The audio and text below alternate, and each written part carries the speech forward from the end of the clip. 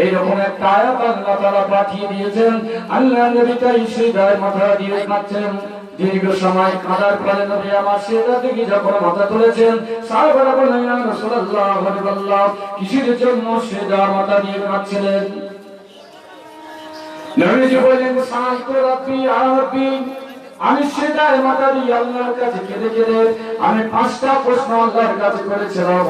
এক নম্বর প্রশ্ন হলো, ইব্রাহিম নবীকে খলিলুল্লাহ বলেছেন, মুসা নবীকে কালিমুল্লাহ বলেছেন, দাউদ নবীকে লোহার কাজ শিক্ষা দিয়েছেন, সুলাইমান নবীকে হাওয়ায় চড়ার অনুমতি দিয়েছেন, ঈসা নবীকে মৃত ব্যক্তি জীবিত করার এবং কবরে কেমন অবস্থায় থাকে দেখার মর্যাদা দিয়েছেন। ফামা জানতা ইয়া রাব্বি, আল্লাহ আপনি আমার কি মর্যাদা দান করেছেন? নবী আমার আল্লাহর কাছে প্রশ্ন রাখছেন সিজদা করে। একটা লোকের 4টে ছেলে আছে, 40 বিঘে জমি আছে। জি, বড় ছেলেটা হিসাব মতো 10 বিঘে পায়, তাকে দিলে 12 বিঘে, মেজো ছেলেটিকে দিলে 7 বিঘে, সে যেটা পেলে 5 বিঘে, ছোটটা কিছু পায়নি, জিজ্ঞেস করতে পারে আমি কত পাবো? কথা বলছে, ছোট জিজ্ঞেস করতে পারে না। আর আমাদের নবী শেষ নবী আল্লাহর কাছে উদাহরণ দিয়ে জানিয়ে দিলেন, ইব্রাহিম নবী যদি খলিলুল্লাহ হয়, মুসা যদি কালিমুল্লাহ হয়, দাউদ নবী যদি লোহার কাজ শিক্ষা করে খলিফাতুল্লাহ হয়, সুলাইমান নবী যদি হাওয়ায় চড়ার অনুমতি পান, পাক পিসান পান, ঈসা নবী যদি মৃত ব্যক্তি জীবিত করার ক্ষমতা পান, আমার কি মর্যাদা আছে? يقول الله تعالى يا محمد وليس بيتك أفضل منك।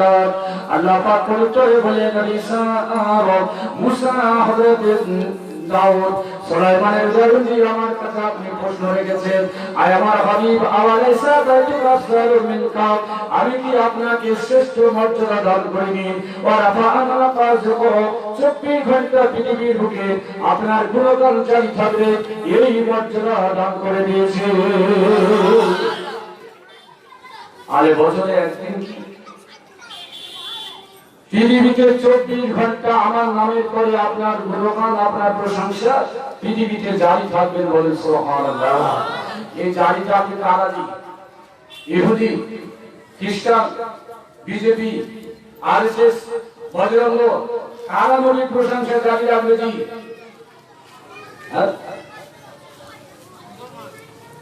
নবীর উম্মত যারা, সেই উম্মত নবীর প্রশংসা করতে গিয়ে যদি দ্বিধাবিভক্ত হয়, এরা কামের মোমেন হবে না হাত চিবিট হবে? জি, কামের মুসলমান হবে না অধ্যাংশ মুসলমান? তাহলে আল্লাহ পাক জানালেন আপনার গুণগানটা পৃথিবীর বুকে জারি থাকবে, এই মর্যাদা দিয়েছি।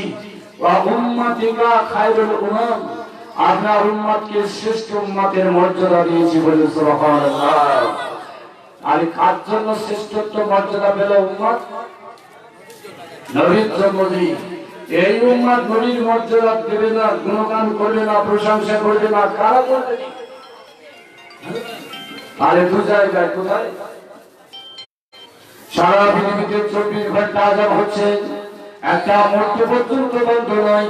যারা হাজী সাহেব আছে জিজ্ঞাসা করেন, মক্কা এবং মসজিদে নববীতে তাহাজ্জুদের পর্যন্ত আযান হয়, সারা পৃথিবীতে 24 ঘন্টা আযান হচ্ছে, একটা মুহূর্ত পর্যন্ত বন্ধ নয়। আযানের ভিতরে উচ্চারিত হচ্ছে আশহাদু আল্লা ইলাহা ইল্লাল্লাহ, আল্লাহর নামের পরে উচ্চারিত হয় আশহাদু আন্না মুহাম্মাদুর রাসূলুল্লাহ, বলেন সুবহানাল্লাহ। সারা পৃথিবীতে 24 ঘন্টা যদি আযান হয়, সারা পৃথিবীতে 24 ঘন্টা নামাজ হয়। নামাজ করে দেখেন, ফরজ নামাজ আছে, নামাজ সুন্নাত আছে, নামাজ ওয়াজিব আছে, নামাজ আপনার নফল আছে, নামাজ আপনার জানাজা আছে, এমন কোন নামাজ আছে যে নামাজে দুরূদ পড়তে হয় না? আছে কোন নামাজ? কথা একটু বলেন।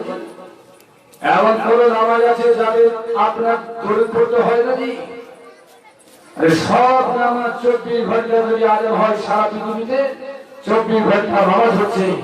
আর নামাজের ভিতরে পড়তে হচ্ছে আল্লাহুম্মা সাল্লি আলা মুহাম্মাদিন ওয়া আলা আলি মুহাম্মাদিন কামা সাল্লাইতা আলা ইব্রাহিম আজানের ভিতরে পড়তে হয় আশহাদু আন্না মুহাম্মাদুর রাসূলুল্লাহ, আর নামাজের ভিতরে পড়তে হয় আল্লাহুম্মা সাল্লি আলা মুহাম্মাদ।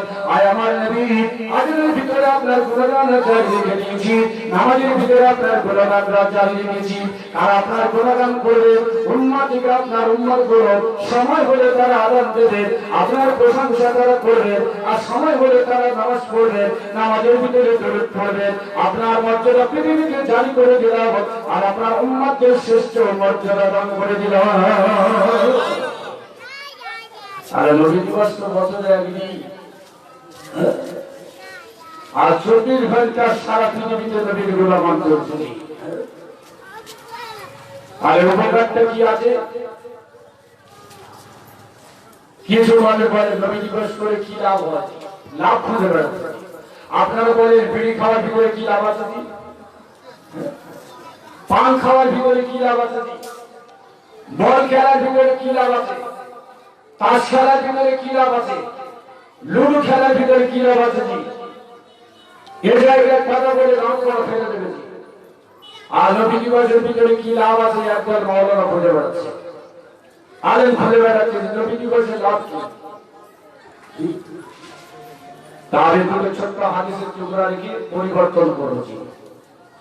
আগে যদি আমাদের নিজেদের চিনতে পারি, তাহলে খুব সহজে নবীকে চিনতে পারবো। হযরত মুসা আলাইহিস সালাতু ওয়াস সালাম বসে আছেন এমন অবস্থায় একজন বৃদ্ধ মানুষ লাঠি ঠুকে ঠুকে ঠুকে মুসা আলাইহিস সালামের দরবারে এসে হাজির হয়ে গেল। ও নবী মুসা, আমার জীবনটা আগুন পূজা করে করে শেষ করে দিয়েছি, আমি বুড়ো হয়ে গেছি, যে কোনো সময় মারা যাব, আর হয়তো আমি দুনিয়াতে বাঁচব না। বলে মুসা, আমি এসেছি, গত রাতে চিন্তা করেছি, অনুশোচনা করেছি, আত্মপর্যালোচনা করেছি। মুসা, মুক্তির কোনো পথ নেই, মুক্তি আছে তোমার বিনিময়ে, সেটাই হলো পবিত্র কালেমা। আমাকে কালেমা পড়িয়ে যদি মুসলমান বানিয়ে দাও, আমি আখিরাতের মাঠে মুক্তি পেয়ে যাব, আর আমার জাহান্নামে কষ্ট হবে না। মুসা আলাইহিস সালাম বলেন, আইয়ুশ শাইতাইন জালবেন না, এ বুড়ো তুই দূর হয়ে চলে যা। জন বয়সে আমি তোর কাছে গিয়েছিলাম কালমার বাণী নিয়ে, জন বয়সে তোর কাছে গিয়েছিলাম দিনের বাণী নিয়ে, জন বয়সে গিয়েছিলাম আমি শরীয়তের কথা নিয়ে। আমাকে প্রত্যাখ্যান করেছিস, আমাকে তুই তাড়িয়ে দিয়েছিস, আমাকে কটু কথা বলেছিস, আমাকে তুই অস্বীকার করেছিস, আমাকে তুই অমান্য করেছিস। বুড়ো রে, এখন তুই দূর হয়ে যা, দূর হয়ে যাও।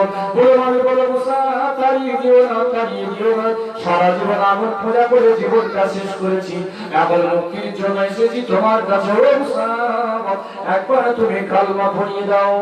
মুসা আলাইহিস সালাম বলেন, কালমা পড়তে গেলে দুটো কাজ করতে হবে। এক নম্বর, তোমার গোসল করতে হবে, তুমি পেশাব করো, পানি ব্যবহার করো না, সারা শরীরটা তোমার নাপাক হয়ে আছে। কালমা পড়তে গেলে তোমার গোসল করতে হবে, কালমা পড়তে গেলে তোমার ওযু করতে হবে, আর 2 নম্বর, তোমার শরীরের পোশাক পাল্টাতে হবে। যদি তুমি পোশাকটা পাল্টে ফেলো, যদি তুমি গোসল করো, ওযু করো, নিশ্চয়ই আমি মুসা তোমাকে কালমা পড়িয়ে দেব। আপনারা শুনছেন তো ঠিক? আর যারা বলেছি ওযু ঠিক আছে, যারা নামাজ পড়েছেন ওযু ঠিক আছে, যেটা একটা জন ভাই আপনি খাবেন না, টিভি সামনে কিন্তু ওযু করে যেতে হয় না, বল খেলা ওযু করে যেতে হয় না, কিন্তু এই জায়গায় ওযু করে বসতে হয়। নবী বললেন, মান তাওয়াজ্জা ফাসামাত ওযুয়া খারাজাত মিন জুনুবিহি সালিহি বাসারিহি হাত্তা তাহাতা সালিহি। বান্দা যখন ওযু করে, আর চোখ থেকে, হাত থেকে, মুখ থেকে পানিগুলো যখন টোপে টোপে পড়ে, ইমাতাতকে নখের ডগা থেকে যখন ওযুর পানি ঢুকতে থাকে, সগীরা গুনাহগুলো ধীরে মুছে সাফ হয়ে যায়। বলে সুবহানাল্লাহ। আরে যারা ওযু করে এসেছে নবী দিবস শোনার জন্য, জি, আরে বসার আগে যদি ওযু করে বসে সগীরা গুনাহ ক্ষমা হয়, এরপরেও কি মূল্যায়ন করবো নবী দিবসে কি লাভ আছে? নবী দিবস কি কারবার নাকি? টাকা পয়সা কাছে কেন হয়? আর এইরকম কিছু মানুষ আছে, বাস্তবে দেখবেন কিছু লোক আছে দিনের বেলা সূর্য উঠলে হাত চাপা দিয়ে হাঁটে না। কেন? আসলে সূর্যের তাপ সহ্য করতে পারে না, এদের বলে সূর্য কেন। এদের শরীর যদিও ফেলে চশমা দেওয়া হয়, তবে কি সূর্যের তাপ আটকে হবে? আর সমাজে কিন্তু হিংসুকের মানুষ আছে, কিছু হিংসুকে মানুষ আছে, এদের ফটোয়া চার দোকানে পাবেন, মুদিখানা দোকানে পাবেন, মেলা ঘরে পাবেন, রাস্তায় পাবেন, এই জায়গায় বিবাদ করছে, এই জায়গায় ফটোয়া পাবেন। তো হুজুর পাক সাল্লাল্লাহু আলাইহি ওয়াসাল্লাম বললেন, হযরত মুসা নবী বললেন, তোমাকে ওযু করতে হবে, গোসল করতে হবে। কিন্তু মানুষকে কাঁদে আর বলে, ও নবী মুসা, আমাকে তাড়িয়ে দিও না, বহু কষ্ট করে করে তোমার কাছে এসেছি, এখন যদি ওযু করতে যাই, জামা পরতে যাই মুসা রে, আর হয়তো আমি ফিরে আসবো না, আমার বহু কষ্ট হবে। ও মুসা, একবার তুমি আমাকে পড়িয়ে দাও লা ইলাহা ইল্লাল্লাহ মুসা কালিমুল্লাহ। মুসা নবী তার দরদের কথা শুনে, তার কষ্টের কথা শুনে পড়িয়ে দিল লা ইলাহা ইল্লাল্লাহ মুসা কালিমুল্লাহ। ওই লোকটি কালমা পড়ে চলে গেলেন, বাড়িতে গিয়ে গোসল করলেন, ওযু করলেন। যখন মুসা পাকে দাঁড়ায় বসেছেন, এই অবস্থায় তার মৃত্যু হয়ে গেল। মুসা দরবারে জিবরাইল এসে বলছে, মুসা, যে লোকটি কালমা পড়ে ফিরে গিয়েছিল, এই মাত্র মারা গিয়েছে, আল্লাহ তাকে জান্নাতি ঘোষণা করে দিয়েছে। কিভাবে হলো? আর অনেকে বলবেন 5 ওয়াক্ত নামাজ পড়বো না, ঠিক মরার সময় যখন জর্জিরা হবে, বসে বসে কালমা পড়বো, জান্নাতে চলে যাবো, এটাই ভাবে যদি। হযরত নবী মুসা আলাইহিস সালাম বলেন, জিবরাইল কোন কারণে? জিবরাইল সাল্লাল্লাহু আলাইহি ওয়াসাল্লাম বলেন, নবী মুসা কালমা পড়ার পরে গোসল করলো, পোশাক করলো, এরপরে মৃত্যুবরণ করলো। বিগত জীবনে ছিল ইহুদি, গুনাহগার, আগুন পূজা করতো। কালমা পড়ার পরে একটাও গুনাহগার ছিল না, এই জন্য আল্লাহ তাকে জান্নাতি ঘোষণা করেছেন। মুসা নবী বললেন, কালমার বিনিময়ে গুনাহ কি ক্ষমা হয়েছে? জিবরাইল বললেন, হ্যাঁ, আপনার উপরে যে কালমা ছিল লা ইলাহা ইল্লাল্লাহ মুসা কালিমুল্লাহ, 24টা অক্ষর আছে। আর ওই লোকটি 480 বছর দুনিয়াতে হায়াত পেয়েছিল। আল্লাহ পাক তার একটা একটা কলমার অক্ষরের বিনিময়ে 20 বছরের গুনাহ ক্ষমা করে দিয়েছে। ও মুসা ওই জন্য 24টা অক্ষরের বিনিময়ে 480 বছরের গুনাহ ক্ষমা হয়ে গেছে।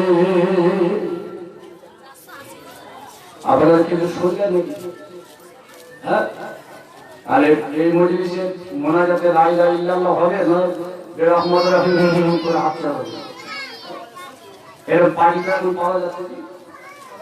লা ইলাহা ইল্লাল্লাহ বলতে গেলে কষ্ট হয়, বিরহমাতিকা ইয়া রহমান মানে লা ইলাহা পড়তে। কালমা পড়তে কাফেররা অস্বীকার করেছিল, কালমা পড়তে ইহুদিরা অস্বীকার করেছিল, কালমা পড়তে বেদিনরা অস্বীকার করেছিল। এখন যদি মুসলমান কালমা পড়তে অস্বীকার করে, এদের ঈমান কি পূর্ণাঙ্গ কামেল মুমিন বলা যাবে? হ্যাঁ, আদেজি আবার বাংলাদেশ সব নিজে ছাড়ছে, 10 মিনিট 4 মিনিট 5 মিনিটের ওয়াজে সর্বনাশ করেছে। ওয়াজ শুনে ঈমান বাড়ে, ওয়াজ শুনে আমল বাড়ে, আর বর্তমানে ওয়াজ শুনে ফিতনা বাড়ছে। হ্যাঁ, চিন্তা বিভক্ত হয়ে যাচ্ছে, কোনটা মানবার কোনটা ছাড়বো। একটা ছোট্ট গল্প বলছি, বলবো যদি অনুমতি দেন? এখন বাংলার কথা বলছি, প্রায় জায়গায় গ্রাম শহর রাস্তা, ঢালাই রাস্তা হচ্ছে না, পিচের রাস্তা হচ্ছে।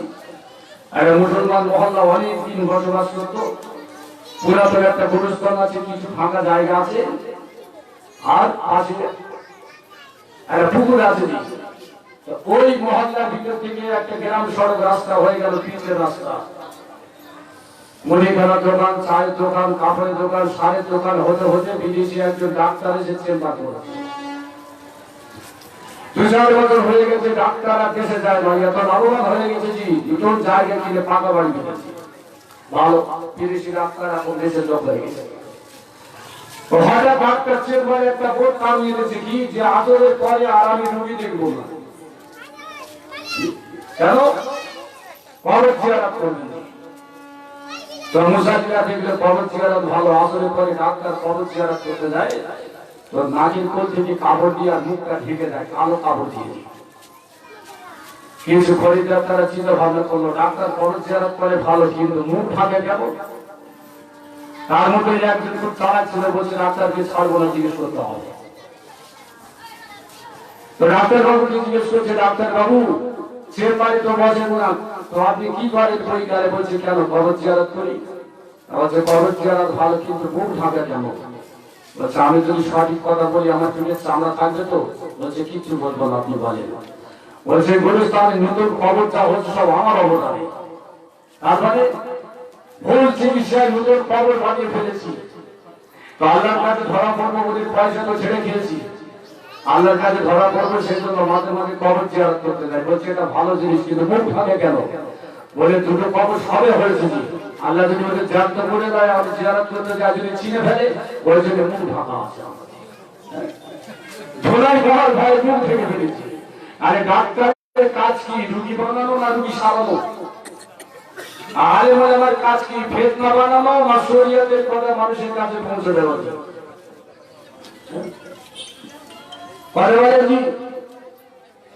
আর এভাবে ইসলাম প্রচার করতে গিয়ে যত বিতর্ক যত রকম কথাবার্তা আজ উত্থাপিত হচ্ছে।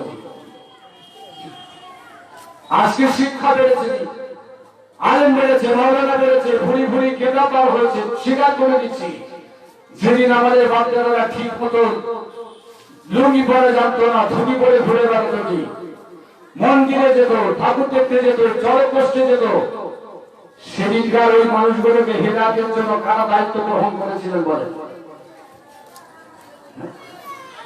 এখন মাদ্রাসা, কলেজ, ইউনিভার্সিটি, আলেম, হাফেজ, বক্তা সব বেড়েছে। সেদিন ওই আমাদের দাদু দাদু দাদু যারা ধুতি করতো, এদের ধুতি পরা চলবে না, এটা পড়া ঠিক নয়, ঠাকুর দেখা ঠিক নয়, গাছতলায় পুজো করা ঠিক নয়, এই শিক্ষা কারা দিয়েছিল? এখনকার আলে হাদিস বন্ধুরা, জামাতি বন্ধুরা কি সেদিন শিক্ষা দিয়েছিল ওই পীরপন্থী মানুষ, আল্লাহর ওলিগণজি? আজকে তাদের অবদান অস্বীকার করা হচ্ছে। বলছে নামাজের নিয়ত কেন? ওই নামাজ তরসাইয়ায় পড়তে হবে জি, ও হাদিসও নাই। হাদিস মানে লিখতে বললে কলম ভেঙে ফেলতেছি, আরবিতে লিখতে পারবে না। বাংলা দু চার কথা পড়েছি আর ক্যাসেট শুনে যত ফুটফুটানি করে বেড়াচ্ছে। আরো কান্ট্রির মানুষেরা আরবি ভাষায় কথা বলে, তাদের জন্য নামাজ তরসাইয়া লিল্লাহি তাআলা রাকাতে সালাতে নিয়ত করার কোনো দরকার নেই। এটা আমাদের বাপ-দাদা যারা লেখাপড়া শিখেনি, নামাজ শিক্ষা থেকে নামাজ পড়া শিখেছে, মাদ্রাসায় যেতে পারেনি, শুদ্ধ ভাবে যাতে নামাজ পড়তে পারে, তাদের জন্য হানাফি মাযহাবের ওলামাগণ ওই নামাজের আগে আরবিতে সুন্দর করে নিয়ত তৈরি করেছে। জি, হাদিস এসেছে মারা আল মুমিনিনা হাসানুল ফাওয়া ইনদাল্লাহি হাসান, যেটা মুমিনদের জন্য ভালো সেটা আল্লাহর কাছে ভালো বলে সুবহানাল্লাহ। এখন যুক্তি তর্ক দিচ্ছে, 3 রাকাত বলবো কেন, 4 রাকাত বলবো কেন, আরবা বলবো কেন, নিয়ত করবো কেন? বলছে বাড়িতে যখন বার হচ্ছি নামাজে নিয়ত হয়ে যাচ্ছে, মাঝপথে আস্তে আস্তে মসজিদের ধারে যদি কোনো যুবকের দিকে তাকাও, নিয়ত পাল্টাবে না পারে? হ্যাঁ, এই বাড়িতে বার হচ্ছেন জুমার নামাজ পড়ার জন্য, হেঁটে হেঁটে আসছে, মাঝপথে যুবতী দেখা পেলে মনের ভিতরে খুশি হবে না? ও নামাজের নিয়ত ঠিক থাকবে? এইগুলো হচ্ছে নতুন ধরনের ফেতনারি। 2 নম্বর একটা ফিতনার কথা বলছি, কোরআন থেকে আয়াত পড়া ভালো না খারাপ? একমাত্র নাপাক অবস্থায় কোরআন পড়া নিষেধ, বাকি কোন অবস্থায় কোরআন পড়া নিষেধ না। নবী ইব্রাহিম সাল্লাল্লাহু আলাইহি সাল্লাম যখন ছোট ছিলেন, সেই সময় ময়দানে গিয়ে দেখলেন কি পূর্ব দিক থেকে সূর্য উদয় হচ্ছে। অপেক্ষা করে সন্ধ্যা পর্যন্ত হযরত ইব্রাহিম নবী সিদ্ধান্ত নিলেন ইনি হচ্ছে আমার খোদা। সন্ধ্যার সময় সূর্য যখন ডুবে গেল, ইব্রাহিম নবী বলছেন যে খোদা হয় সে ডুবে যায় না, অস্ত যায় না। আবার অপেক্ষা করলেন, সন্ধ্যার পরে চাঁদ উদয় হচ্ছে, সুন্দর চাঁদ। ইব্রাহিম নবী নিয়ত করলেন ইনি আমার খোদা, এত সুন্দর দেখতে। চাঁদটা যখন মধ্যরাত্রে ডুবে গেল, বলছে খোদা কোনোদিন আত্মগোপন করতে পারে না, এ খোদা হওয়ার যোগ্য না। পৃথিবীতে চাঁদ সূর্য পূজারী মানুষ আছে না নেই? আছে। এরপরে তিনি আবার যখন রাতের চাঁদের পাশে সুন্দর করে তারাগুলো ঝলমল করছে, নবী ইব্রাহিম চিন্তা করলেন এরাই মনে হয় আমার খোদা হবে। কিন্তু পূর্ণিমা রাতের আগে তারাগুলো সব নিভে গেল। যখন সবগুলো একেবারে বুঝে গেল, ইব্রাহিম সিদ্ধান্ত নিলেন এরা আমার খোদা হতে পারে না, মাবুদ হতে পারে না। এরপরে আল্লাহ পাকের পক্ষ থেকে আওয়াজ আসলো, ইব্রাহিম আমি হলাম তোমার স্রষ্টা, আমি হলাম তোমার মাবুদ, আমার কোনো আকার নেই বলে সুবহানাল্লাহ। ইব্রাহিম নবী বললেন ইন্নী ওয়াজ্জাহতু ওয়াজহিয়া লিল্লাযী ফাতারাস সামাওয়াতি ওয়াল আরদা হানিফা ওয়া মা আনা মিনাল মুশরিকিন। ইন্নী ওয়াজ্জাহতু, আমি তাওয়াজ্জুহ করছি, আমি ধ্যান দিচ্ছি, আমি খেয়াল দিচ্ছি কাদিকে ইন্নী ওয়াজ্জাহতু লিল্লাযী ফাতারাস সামাওয়াতি ওয়াল আরদা হানিফা, যিনি আকাশ জমিনের স্রষ্টা, সৎ পথের যিনি প্রদর্শক, সে আল্লাহ দিকে আমার মুখ মন চেহারা সবকিছু সমাদ করে দিলাম। বলে সুবহানাল্লাহ। ওয়া মা আনা মিনাল মুশরিকিন। আল্লাহ আপনাকে চেনার আগে সূর্যকে মাবুদ বলেছিলাম, আপনাকে জানার আগে আমি তারাকে মাবুদ বলেছিলাম, আপনাকে চেনার আগে আমি চাঁদকে মাবুদ বলেছিলাম। আল্লাহ এই কথায় আমি হয়তো শিরক করে বলেছি, এখন আমি তওবা করছি, আমি শিরককারীদের অন্তর্ভুক্ত না। চাঁদ তারা সূর্য আমার মাবুদ না, আপনি হচ্ছেন আমার মাবুদ। আপনার দিকে পূর্ণাঙ্গ তাওয়াজ্জু দিয়ে দিলাম। বলে সুবহানাল্লাহ। নারে তাকবীর, আল্লাহু আকবার, নারে তাকবীর, আল্লাহু আকবার, নবী দিবস, জিন্দাবাদ, নবী দিবস, জিন্দাবাদ, নারে তাকবীর, আল্লাহু আকবার। আল্লাহু আকবার বলে কি পাওয়া যাবে? এটা কি মাওলানা সাহেবের সমর্থন জানানো হলো? আর আল্লাহু আকবারের ভিতরে 100 নেকি আছে। বলেন সুবহানাল্লাহ। কোন পয়সা খরচ করতে হয়নি, একটু সময় ব্যয় হচ্ছে। এরপরেও কি বলবো, নবী দিবসে কোনো উপকার নেই, লাভ খুলে বেড়াচ্ছে। সুবহানাল্লাহ বলে নেকি, বসলে নেকি, শুনলে নেকি, দোয়া করলে নেকি, চলে যাবেন নাকি, ফেরেশতারা আল্লাহর কাছে গিয়ে বলবেন, কতিপয় বান্দা আপনার নবীর গুণগান করছিল, আমরা ক্যামেরা করে নিয়ে এসেছি। বলুন সুবহানাল্লাহ। আল্লাহু আকবার, আল্লাহু আকবার। এইসব হাদিস সব মুসলিম শরীফে আছে। যে পৃষ্ঠা জায়েজ লেখা আছে ওরা পড়বে না, পরে পৃষ্ঠা উল্টে বলবে আমরা নাজায়েজ নেই। যে পৃষ্ঠা জায়েজ লেখা আছে পাতা চাপা দেবে, পড়বে না। হাদিসের ইবাদত চুরি হচ্ছে। বোম্বাইতে একটা লাইব্রেরি আছে দারুস সালাফিয়া, এখান থেকে বুখারী হাদিসগুলো কাটছাট করে করে সংক্ষিপ্ত করে বাজারে বিক্রি করা হচ্ছে। আর নবীর হাদিস যারা চুরি করে এরা কি পাক্কা ঈমানদার? নবীর হাদিসের যারা বিকৃতি মনে করে এরা কি সত্যিকারের নবী পাকের উম্মত হিসাবে দাবি করতে পারে? আমি নাম বললাম যে লাইব্রেরিটার নাম দারুস সালাফিয়া প্রিন্টিং হাউস। এখান থেকে যাদের বুখারী করে বাজারে যদি 2000 টাকা দাম হয়, বলছে 600 টাকায় পাওয়া যাবে। সব লাইব্রেরিতে বুখারী কিনবেন 2000, 2500, 3000। এদের লাইব্রেরিতে একই বুখারী মোলাক পাবেন, দাম হবে 600 টাকা। আরে ভিতরে হাদিসগুলো কেটে কেটে বাদ দেওয়া আছে। এও বাজারে বুখারী বিক্রি হচ্ছে। তো জাফারি লম্বা চড়া হয়ে গেল। কি বলছিলাম? হযরত নবী ইব্রাহিম সাল্লাল্লাহু আলাইহি সাল্লামকে কোরআন পানি বলা হচ্ছে মিল্লাত ইব্রাহিম, জাতির পিতা। আর নবী হলেন আবুল বাশার, সব মানবের পিতা। আর নবী ইব্রাহিম হলেন জাতির পিতা। মিল্লাত ইব্রাহিম জাত বলতে কি, যত নবী পৃথিবীতে এসেছেন হযরত ইব্রাহিম নবীর দুটো সন্তান ছিল। বড় ছিলেন নাম হলো নবী ইসমাঈল। তার গোত্র থেকে একটা নবী পৃথিবীতে এসেছেন, তিনি হচ্ছেন আমাদের হাবিব নবী মুহাম্মদ রাসূলুল্লাহ সাল্লাল্লাহু আলাইহি ওয়াসাল্লাম। ইব্রাহিম নবীর দ্বিতীয় ছেলের নাম হলো ইসহাক। বনি ইসরাঈলে যত নবী এসেছেন নবী ইসহাকের গোত্র থেকে এসেছেন। এইজন্য উম্মতে মুহাম্মাদীর ক্ষেত্রে কোরআনে এসেছে মিল্লাতে ইব্রাহিম। আমাদের নবীর আগের নবী যিনি দাদু, তিনি হচ্ছেন নবী ইব্রাহিম। তো ইব্রাহিম আলাইহিস সালাতু ওয়াস সালাম সারা শরীরটা আল্লাহর দিকে তাওয়াজ্জু দিয়ে দোয়া করেছিলেন, সেটা কোরআন পাকে এসেছে। সেজন্য উলামায়ে হানাফিয়া এনারাই নামাজের পাটিতে দাঁড়িয়ে সর্বপ্রথম আল্লাহর দিকে তাওয়াজ্জু দেওয়ার জন্য এই দোয়াটা শামিল করে লিখেছেন। এই নামাজের পাটিতে দাঁড়িয়ে দোয়া পড়াটা হলো মুস্তাহাব। এরা কিতাবে খুঁজে পায় না। হুজুর বলে মান কারা হাতি মিনাল কোরআনি ফালাহু আশারু আমসালিহা, সে কোরআন থেকে একটা অক্ষর পাঠ করবে বিনিময়ে 10টা নেকি পাবে। বলে সুবহানাল্লাহ। আর ইন্নী ওয়াজ্জাহতু পড়লে গুনাহ হবে না, নেকি হবে। যারা নেকির কাজে বাধা দেয় তারা কি কেমন ঈমানদার বলে? যারা নেকির কাজে বাধা দেয় কত বড় ঈমানদার, হেফাজত থাকবে এদের থেকে। আর ওয়াজ শুনে ঈমান বাড়ে, আবার ওয়াজ শুনে ঈমান নষ্ট হয়। লেখাপড়া শিখলে মানুষ হয়, আবার লেখাপড়া শিখলে মূর্খ হয় যদি জ্ঞানের উপরে চর্চা না রাখে।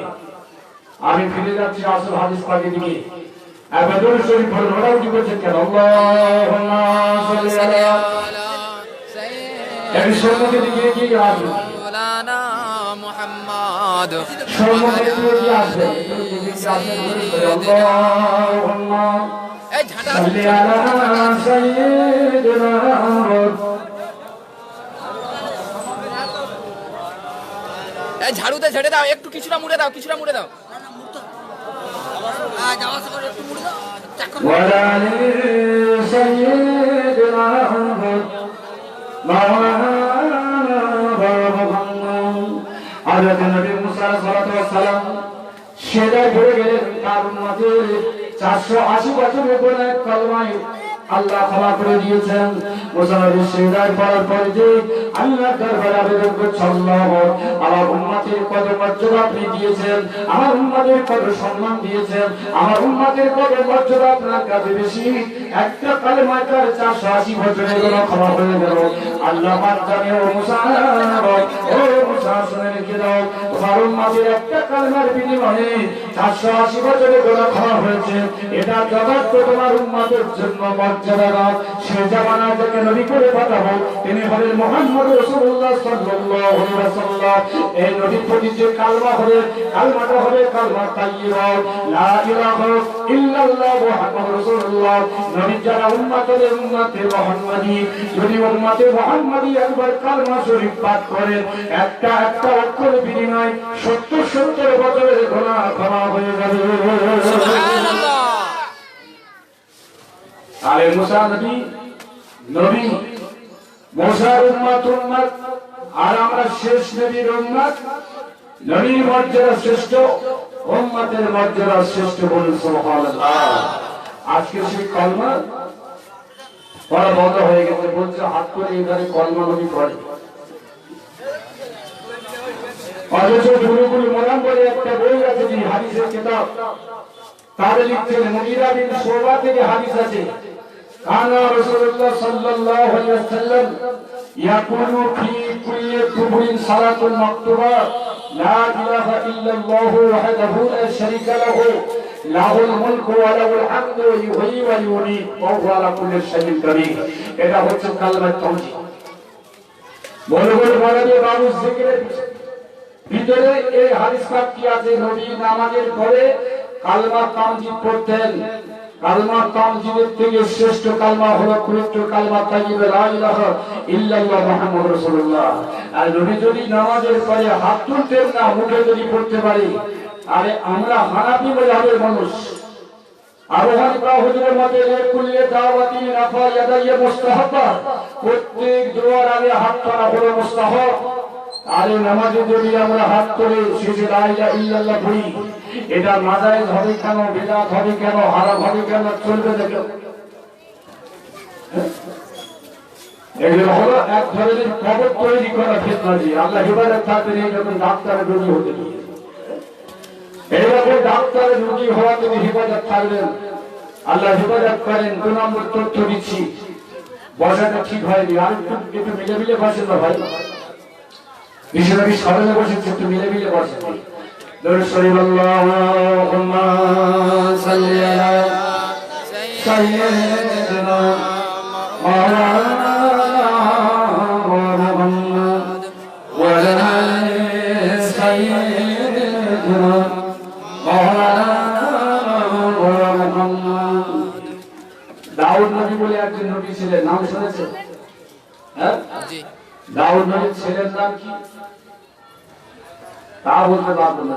এখন প্রধানমন্ত্রী নরেন্দ্র মোদী, তার আগে কে ছিল বলছে বাজপেয়ী, তার আগে কে ছিল বলছে দেবেগৌড়া, তার আগে কে ছিল মনমোহন, তার আগে ইন্দ্র কুমার গুজরাট। এগুলো সব বলে ফেলবে কেন? ঘর ভাঙা যখন পাচ্ছি, রাস্তা হচ্ছে, সব মনে আছে, গ্রাম সড়ক রাস্তা, প্রধানমন্ত্রী রাস্তা নেই।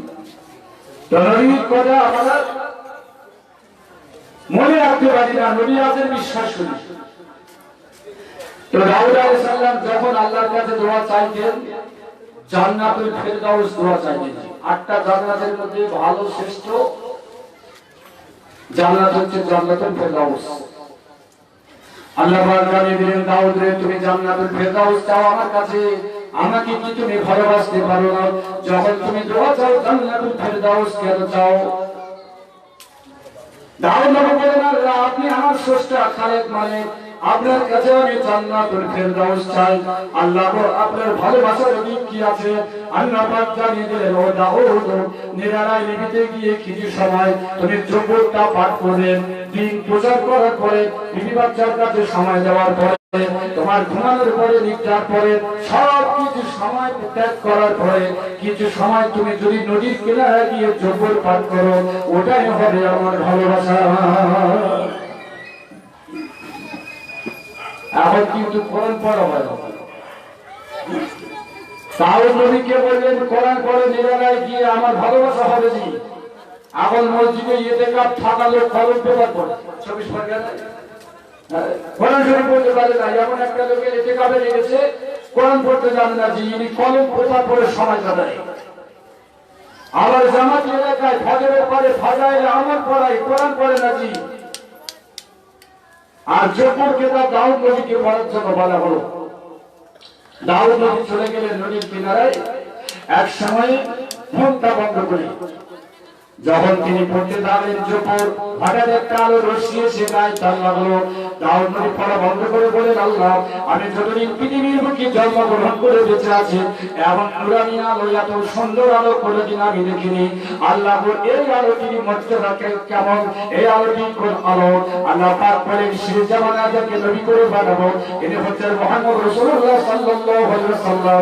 তার নূরের টুকরা থেকে একটা ছোট্ট নূরের টুকরা আমি আপনার গায়ে তার ঝলকটা দান করে দিয়েছি। দাউদ আলাইহিস সালাম পড়ে লা ইলাহা ইল্লাল্লাহু মুহাম্মাদুর রাসূলুল্লাহ।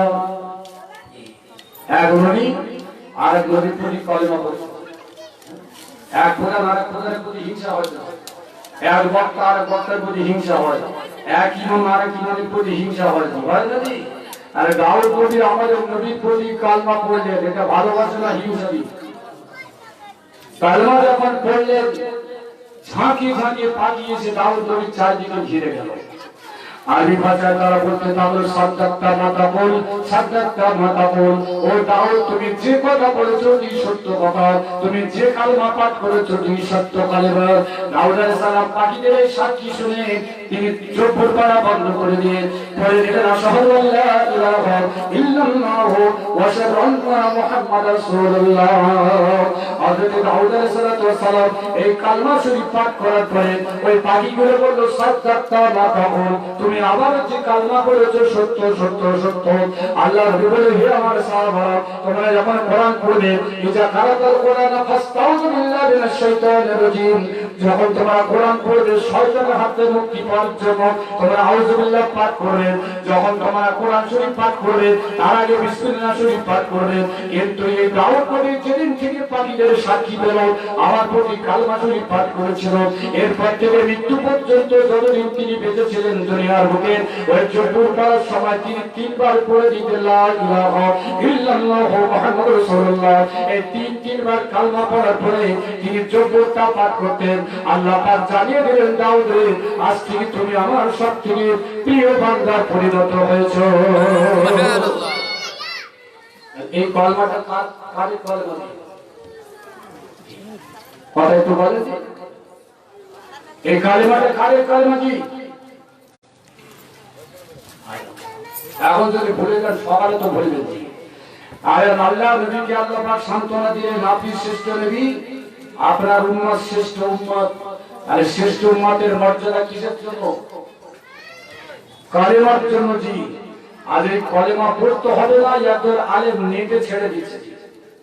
নবী পড়েনি, নবীর সাহাবীরা পড়েনি, এইভাবে যুক্তি তর্ক করছে। আপনারা বলেন, গরু ডাক্তারের কাছে যদি মানুষের রুগী দেখানো হয় কি হবে? গরুর যারা ডাক্তার আছে এদের কাছে যদি কারো ডায়রিয়া হয়, পেটের ব্যথা হয়, জ্বর হয়, মাথা যন্ত্রণা হয়, এইরকম রুগী দিয়ে গেলে কি হবে? ওই রুগী বাঁচবে না, কবরে যাবে। তো বাংলায় কিছু এরকম গরু ডাক্তার ঘুরে বেড়াচ্ছে জি, আর শরীরের চিন্তা ভাবনা নিয়েছে, অথবা ছোটবেলায় তাদের স্কুলে জীবন কেটেছে, মাদ্রাসায় মরে যাচ্ছে। ছোটবেলায় স্কুলে জীবন কেটেছে জি, মাদ্রাসায় মরে যায়নি। সূরা ফাতিহা যত মানে করতে পারে না, বাংলা পড়া কোরআন শরীফ থেকে মানে করে জি, বলছে আমি একজন মুফাসসির। মুফাসসির শব্দটা যদি আরবি লিখতে বলে, ও কলম ছেড়ে স্টেশন করে চলে যাবে। একদম কলম ভেঙে ফেলবে। এরা হচ্ছে মুফাসসির। আর এদের কথাই আপনাদের যুবক টুকরা নাসারা ছিল। অনুরূপ নবীকে নবী বলে মানতে শেখেন, সত্যটাকে সত্য বলে মানতে শিখেছে। ইসলাম কোনোদিন অ্যাডভান্স করতে পারেনি। ট্রেনে উঠবেন দেখবে কিছু হকার আছে যাদের কাছে ওই মদক আছে, টাইগার বাম আছে। অমৃতসরের মদক কোনোদিন দেখেছেন অ্যাডভান্স করতে? অমৃতসরের মদক 28 টাকা দাম আছে। অমৃতসরের কোনোদিন ফেরি হয় নাকি? কিন্তু টাইগার বাম, খোকার বাম আপনি বসে আছেন, উঠে চলে লাগিয়ে দেবে। যেমন জ্বালা করে বলছে, কিছু মনে করবেন না, যদি ভালো লাগে কিনবেন। এই টাইগার বাম মার্কা কিছু লোক বাংলা বই পড়ে পড়ে এর কাছে ফুসফুসি, ওর কাছে খুঁজুখুজুরি, আম মানুষ যারা কিছু বোঝে না তাদের কাছে এসে কেতাবের কথা বলছে। আমাদের কাছে এসো, এর মধ্যে থাকে তো আমাদের সঙ্গে বসো, তাও হবে না। সাধারণ মানুষের কাছে টাইগার বাম মারাচ্ছে, এতে কি যাদের উন্নতি হবে? এতে কি যাদের উন্নতি হবে? নি আল্লাহ হেফাজত করেন। 3 নম্বর একটা দলিল দিচ্ছি, ভূমিকা শুরু। বাবাদের পরিচয় কি? আজ নিজেদের পরিচয় যদি জানতে পারি, তাহলে নবীর প্রতি আমাদের ভক্তি ভালোবাসা অটোমেটিক বেড়ে যাবে। তো হযরত মুসা নবী যার কথা বেশি কোরআন পাকে আল্লাহ পাক বর্ণনা দিয়েছেন, সেই মুসা নবীর বহু ঘটনা কোরআন পাকে আছে। শেষ ঘটনাটি বলছি। হযরত মুসা নবী যখন নীল নদ থেকে অপর পারে চলে গেলেন, জায়গাটার নাম হচ্ছে ময়দানে তিনি 40 দিন তিনি ওই ময়দানে কাটালেন। কোন গাছপালা ছিল না, ওই জায়গায় কোন ছায়া ছিল না, কোন খাদ্য ছিল না, কোন পানি ছিল না। মুসা সালাতু ওয়াস সালাম এক সময় সেজদা করে গিয়ে বলেন, আল্লাহ আপনি আমার উম্মতের কত মর্যাদা দান করেছেন। আসমান থেকে আপনি মেঘ করে তাড়িয়ে তাড়িয়ে সূর্যের মুখটা আড়াল করে দিয়ে আমার উম্মতের উপরে ছায়া দান করেছেন। ওয়া জাল্লাল্লাহু আলাইকুমুল গামামাত, আমার উম্মতের উপরে মেঘ করে তাড়িয়ে তাড়িয়ে আপনি ছায়া দান করে দিয়েছেন। আর তাদের জন্য জান্নাত থেকে ওয়ানজাল্লাহু আলাইকুম মান্না ওয়াস সালওয়া, জান্নাত থেকে পাখির গোশত, ছোট ছোট সাদা রুটি জাতীয় খাদ্য পাঠিয়েছেন। এমনকি বড় পাথর ফাটিয়ে আপনি পানি দান করেছেন। আল্লাহ আমার উম্মতেরা আপনার কাছে কত শ্রেষ্ঠ, আমি মুসা আমার কাছে উম্মতের মর্যাদা কত। আল্লাহ পাক জানিয়ে দিলেন, মুসা রে তোমার উম্মত থেকে আদম পর্যন্ত যত নবী দুনিয়াতে এসেছেন, যত নবীর উম্মত এসেছে, সব উম্মতগুলো যদি এক জায়গায় করা হয় তাদের মর্যাদা হবে 1%। আর উম্মতে মুহাম্মাদীকে যদি একদিকে রাখা হয় তাদের মর্যাদা হবে 99%।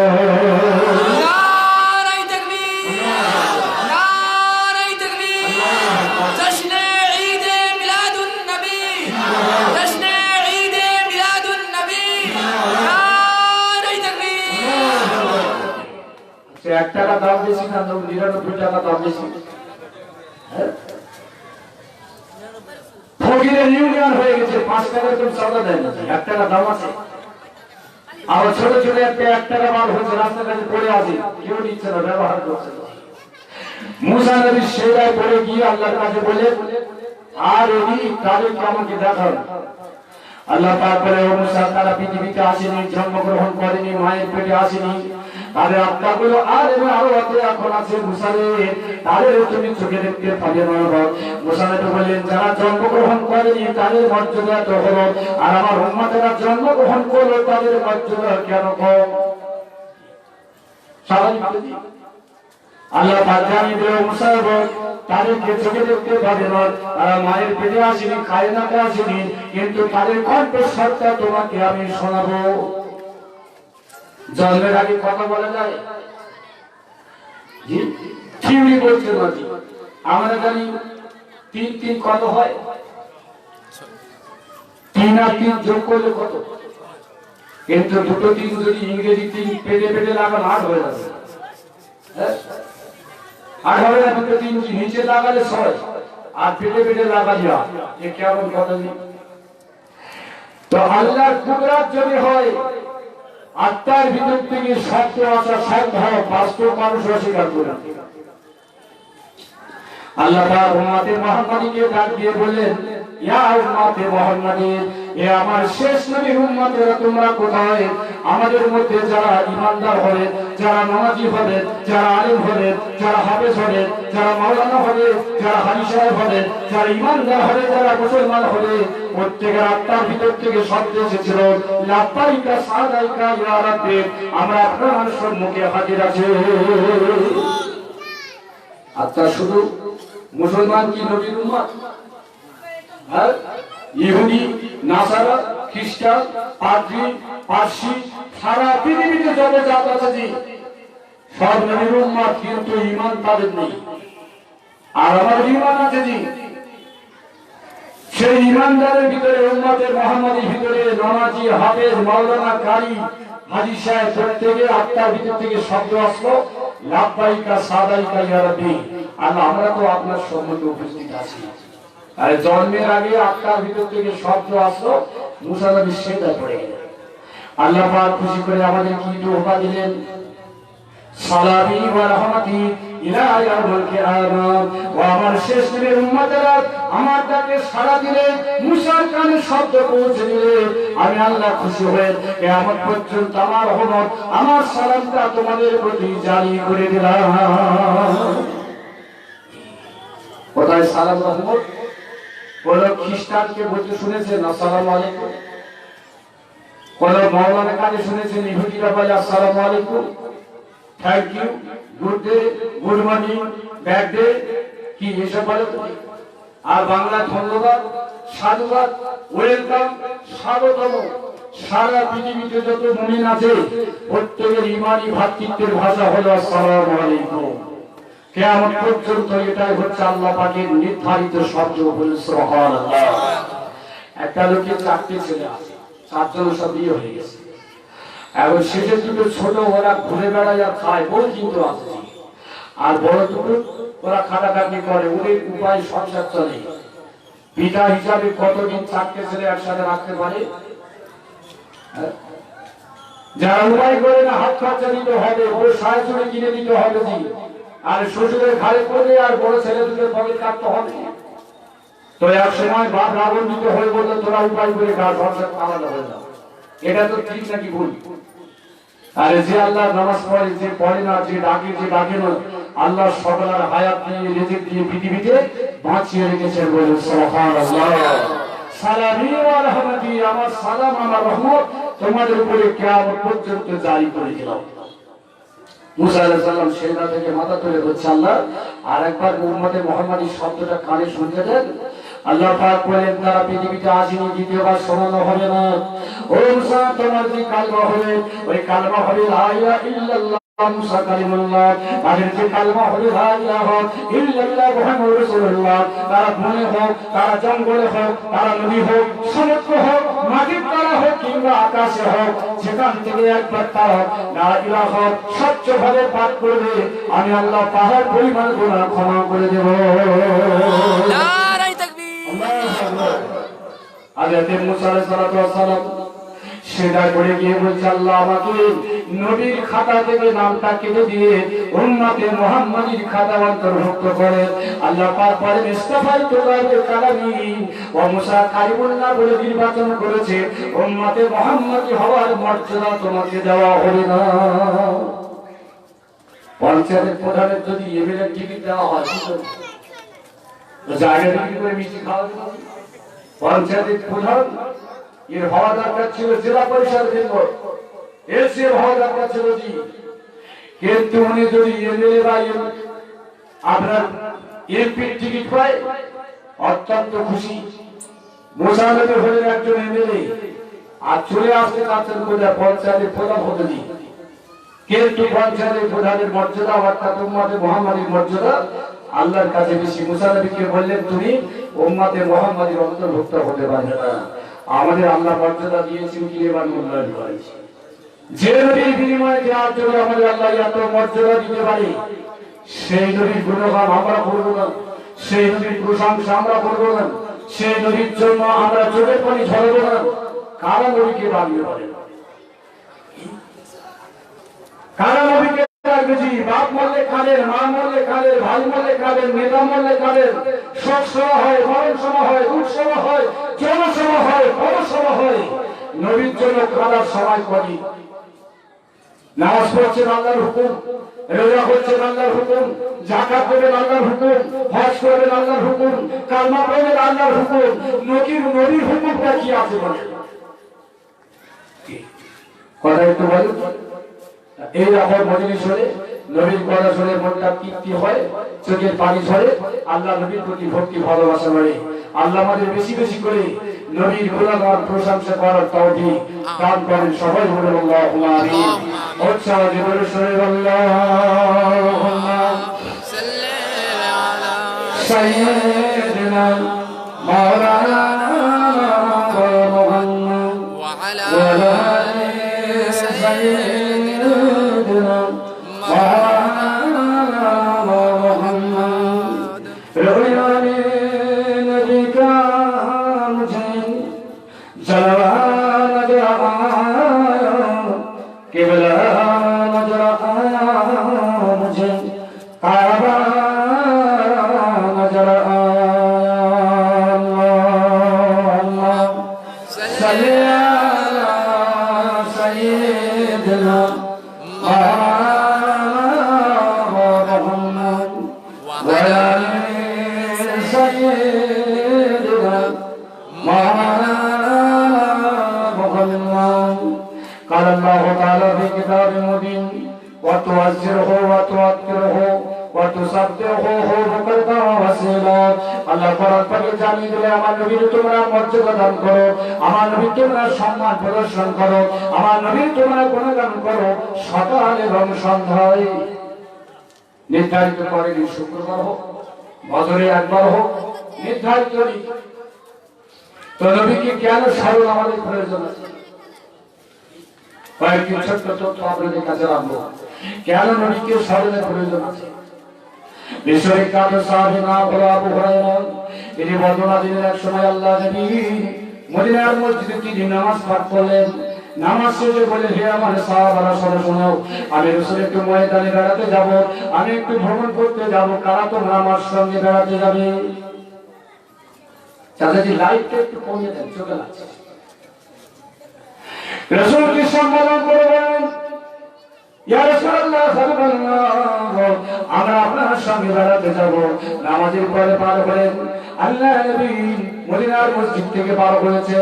খেজুর বাগান ছিল, বালুকা ময়দান ছিল, কোন জায়গায় পাহাড় ছিল। এইভাবে যেতে যেতে যেতে হঠাৎ একটা বালুকা ময়দানে হাজির হয়ে গেলেন।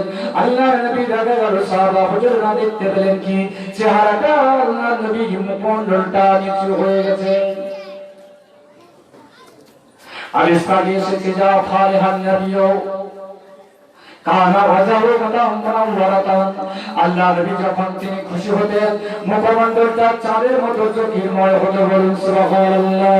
আল্লাহ নবী যখন তিনি রেগে যেতেন কানা ওয়াজাহু হামারাতান, নবীর মুখমণ্ডলটা লাল লাল হয়ে যেত। আল্লাহ নবী যখন চিন্তিত হতেন নবী পাকটা মাথা নিচু করতেন। সাহাবারা দেখলেন আল্লাহ নবীর মুখটা পরিবর্তন হয়েছে, মাথা নিচু করে চিন্তিত হয়ে নবীজি চলেছেন। সাহাবারা কেউ কথা বলছেন না, নবীজিকে জিজ্ঞাসা করছেন না কিসের জন্য আপনি চিন্তিত? নবী আমার চলেছেন ময়দান থেকে, আল্লাহ পাক তিনি সহ্য করতে পারলেন না, নবীর চিন্তা পরিবর্তন করার প্রয়োজন ছিল। হঠাৎ দেখা গেল একটা সবুজ রঙের পাখি উড়ে এসে ওই মরুভূমির বালুকার উপরে বসে আল্লাহ নবীর সম্মুখে ওই ছোট্ট পাখি, লম্বা ঠোঁটওয়ালা পাখি, বালুর ভিতরে ঠোঁটটা দিয়ে কয়েকটা বালুর কণা মুখে দিয়ে উড়ে উড়ে চলে যায়। নবীজি চিন্তা পরিবর্তন করে পাখির দিকে লক্ষ্য রাখলেন, ধারণা করলেন পাখিটা দেখতে সুন্দর, কিন্তু পাখির কাজটা হলো বড় নির্বোধের মতো। ওই বালুকণা পাখির পেট ভরে না, ওই বালুকণা পাখির খাদ্য হয় না, ওই বালুকণা পাখি তো ঘর বানাতে পারবে না। সুতরাং কেন পাখি বালুকণা মুখে করে উড়ে নিয়ে যায়? আবার যদি কয়েক কদম চলেছেন পাখিটা আবার উড়ে এসে নবীর সম্মুখে বসে আবার বালুকণা নিয়ে চলে যায়।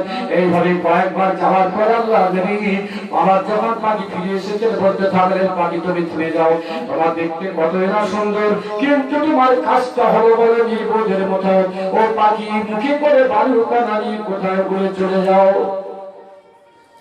পাখির জবান খুলে গেল, ইয়া রাসূলুল্লাহ ওদের আপনার অভিজ্ঞতা সত্য, আপনার চিন্তা ভাবনা সত্য।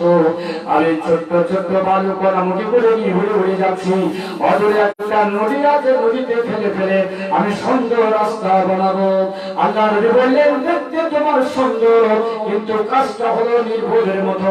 সারা জীবন যদি মুখে করে বালুকণা নিয়ে নদীতে ফেলো, তুমি রাস্তা নদীতে বানাতে পারবে না। এখন গ্রামগঞ্জে মাটি কাটছে, মানুষেরা দাঁত জ্বালেনি। টাটা কোম্পানি গাড়ি না জিসিবি কোম্পানি, আমি বলি দাঁড়াল সব রকম ক্যাপাসিটি আছে। তাহলে মানুষ যদি কাজ করে সময় লাগবে, কিন্তু গরিব মানুষের উপকার হবে। আর কোম্পানির লাভ হচ্ছে যে জিসিবি একজনের যদি 20-50টা থাকে, আর রাস্তার লেবারের দরকার নাই, এরা মাটি কাটবে, রাস্তা বানাবে। আর একদিকে উন্নতি, আবার গরিবের জন্য ক্ষতির কারণ। আর একটা জেসিবি যদি নদীতে রাস্তা বানাতে দেওয়া যায়, একদিন সম্ভব। কত মাটি কাটবে? নবী চাই বললেন, তুমি নির্বোধ, তোমার কাজটা ভোটার মতো দেখতে তুমি ভালো। আগে আকার পরিবর্তন করে মানবের আকার ধারণ করতে পারলো। ইয়া রাসূলুল্লাহ, হরিবল্লাহ, আপনার মূল্যায়ন সত্য, আমি পাখি, আমি একজন নির্বোধ, কাজটা আমার নির্বোধের মতো, কিন্তু আপনি জেনে রেখে দেন আমি পাখি না, পাখি নয়, আমি জান্নাতের রহমতের ফেরেশতা। আপনি নামাজ পড়ার পরে যখন মসজিদ থেকে বার হয়ে উম্মতের জন্য চিন্তিত হয়েছিলেন, আমার আল্লাহ আমাকে পাখির আকার ধারণ করে পাঠিয়ে দিয়েছেন, আমাকে দেখে যাতে আপনার চিন্তাটা দূর হয়ে যায়। ও আল্লাহর নবী, আপনার মূল্যায়ন সত্য, আমি পাখি যদি সারা জীবন ধরে নদীতে আমি বাড়ি করি, আমি রাস্তা বানাতে পারবো না। কেননা ওই নদীর পানির কাছে বাড়িগুলো হবে ছোট ছোট। আপনি উম্মতের চিন্তা করবেন না, আল্লাহ রহমতের কাছে উম্মতের গোনা যদি পাহাড় পরিমাণ হয়ে যায়, বালু কণার মতো ছোট ছোট। আর নবীর চিন্তা কাদের জন্য ছিল? একটু কথা বলেনি নাকি চা দেওয়া হয়নি বলে রাগ করছে? দিতে হবে, মেহমানদারি চা দেওয়া ভালো।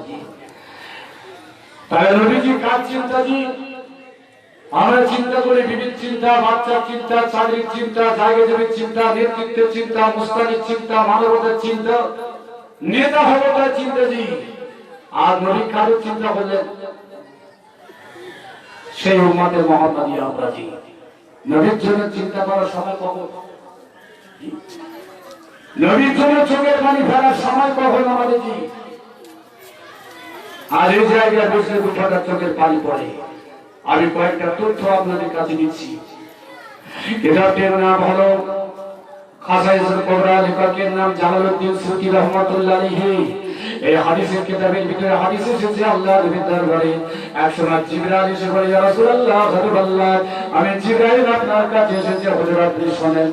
যত নবী পৃথিবীর বুকে এসেছেন, সব নবীর কাছে আমি জিবরাইল পৃথিবীতে কম বেশি এসেছি হুজুর গো, কিন্তু কখনো দেখি আপনি আকাশের দিকে মুখটা তুলে আপনি কান্নাকাটি করেন, আপনার চোখ থেকে পানি পড়ে, আর আপনি ঠোঁটটা নেড়ে নেড়ে কি আপনি আকাশের দিকে মুখটা তুলে বলেন।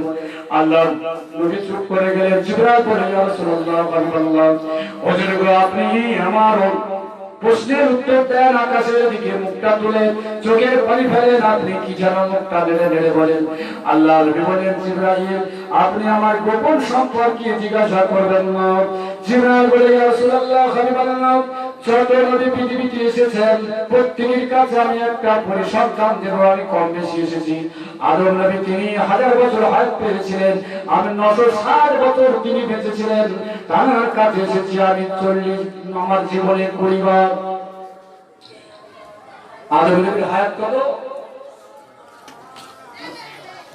আলফা সানা, 1000 বছর। মাসের কত? 960 বছর। 40 বছর কোথায় গেল? এখন নাতি যদি বেঁচে থাকে আর বাপ যদি মরে যায়, আর দাদু যদি বেঁচে থাকে, দাদুর সম্পত্তি নাতি পাবে? দাদু বেঁচে আছে, ছেলে মরে গেছে, নাতি বেঁচে আছে, এই নাতি কি দাদুর সম্পত্তি পাবে? পাবে না। অনেকে বলবেন কেন, সে তো গরিব এতিম। এখন দাদু হলো ভিখারি, বাপ মরে গেছে, দাদু বেঁচে আছে, বাপ মরেছে, নাতি হাই স্কুলে চাকরি করে লাখ লাখ টাকা কামায়। এই দাদু বুড়ো মানুষ যদি নাতিকে বলে, নাতি তুই আমার 50,000 টাকা দে, টাকা দেবে না, দাঁত করা ফেলে দেবে। কথা বলে নাতির কাছে দাদু যদি 50,000 টাকা চায়, দেবে? দাঁত ফেলে দেবেছি, তুই কিসের টাকা পাবি? আমি চাকরি করছি, পাই দেবো। আরে নাতির টাকা যদি দাদু না পায়, দাদুর টাকা বাপ ভাড়া সন্তান পাবে কেন?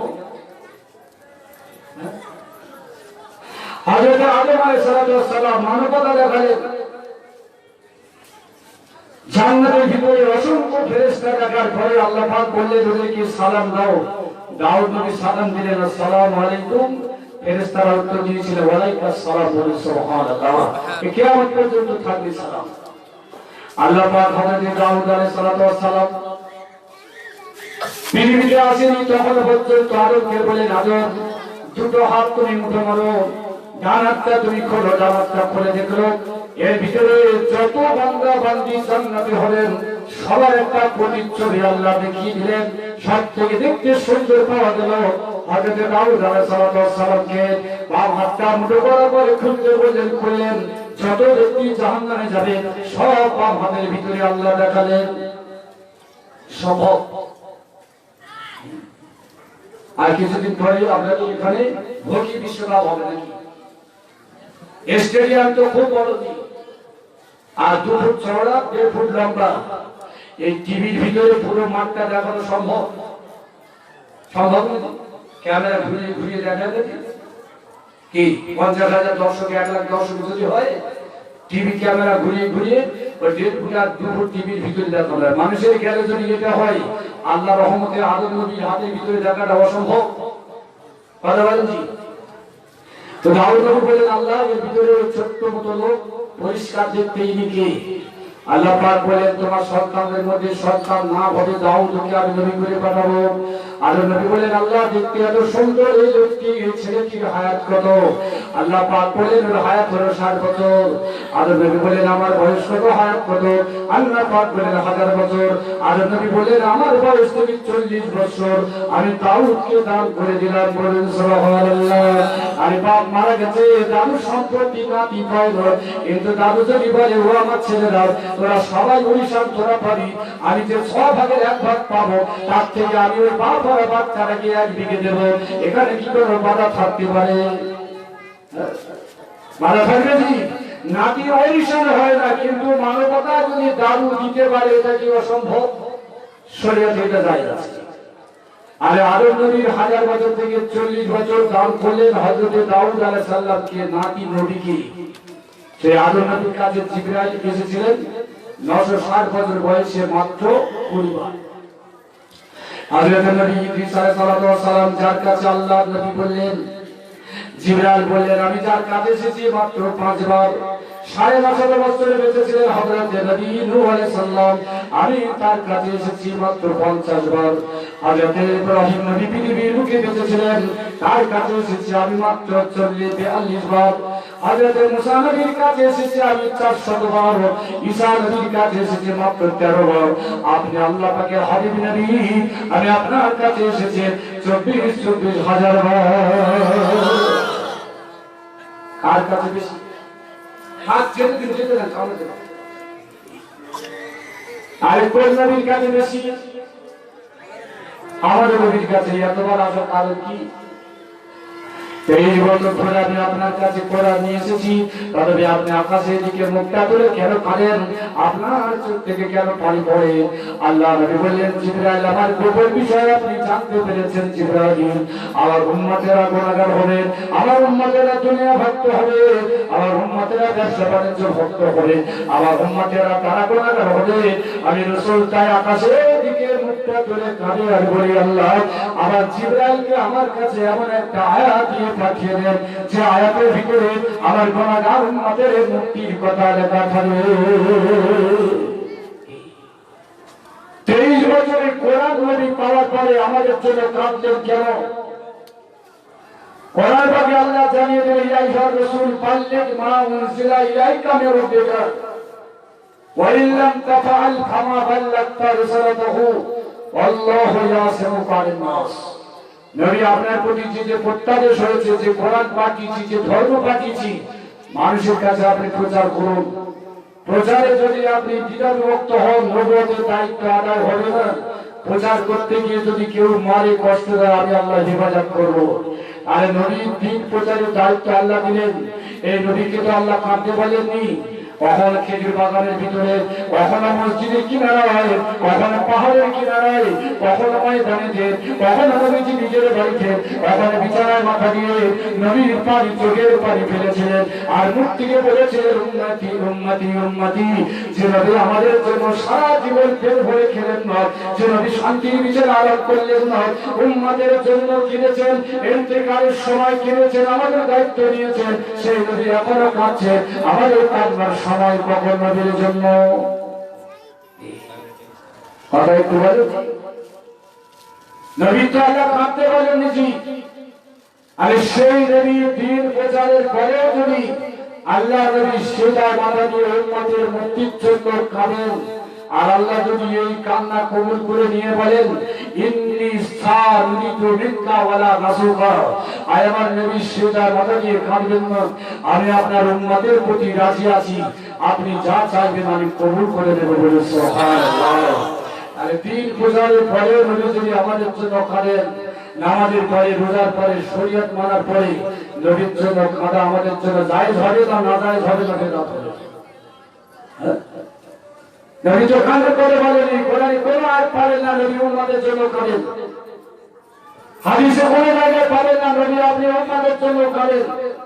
দিন প্রচারের দায়িত্ব আপনার, সেই প্রচারের পরে যদি নবী কাঁদেন আর আল্লাহ যদি কবুল করেন, আর আমরা নামাজ রোজার পরে নবীর জন্য কাঁদবো না কেন? এটা বেদাত হবে কেন, হারাম হবে কেন, না জানা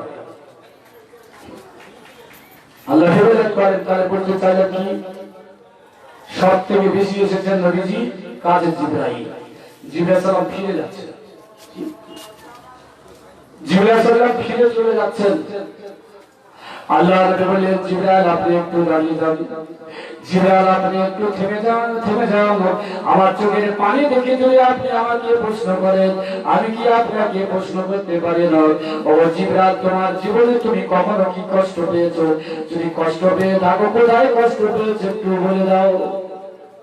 জিবরাইল বলে ইয়া রাসূলুল্লাহ হাবিবাল্লাহ, চারটি জায়গায় আমি বড় কষ্ট পেয়েছি, হুজুর চারটি জায়গায় বড় আমি কষ্ট পেয়েছি, এই চারটি কষ্টের মধ্যে সব থেকে বেশি কষ্টটা পেয়েছি আপনার জন্য। আচ্ছা একটা কথা বলবো, ফেরেশতারা কিসের তৈরি জি? হ্যাঁ, আর নবী বলছেন নবী হলো মাটি কোন পানি আর গুড় হচ্ছে নূর কোন পানি।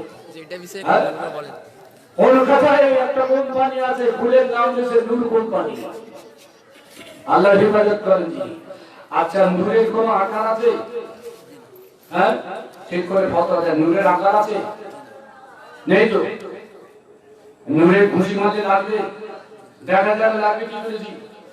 قال أبي هريرة رضي الله تعالى عنه قال جاء جبرائيل إلى موسى عليه الصلاة والسلام فقال يا موسى أن الله حبك فلتم عينه فبكى عينه فرجع إلى ربه فقال يا ربي إن عبدك لا يرد الموتى فلتم عينه فبكى فرد عليه।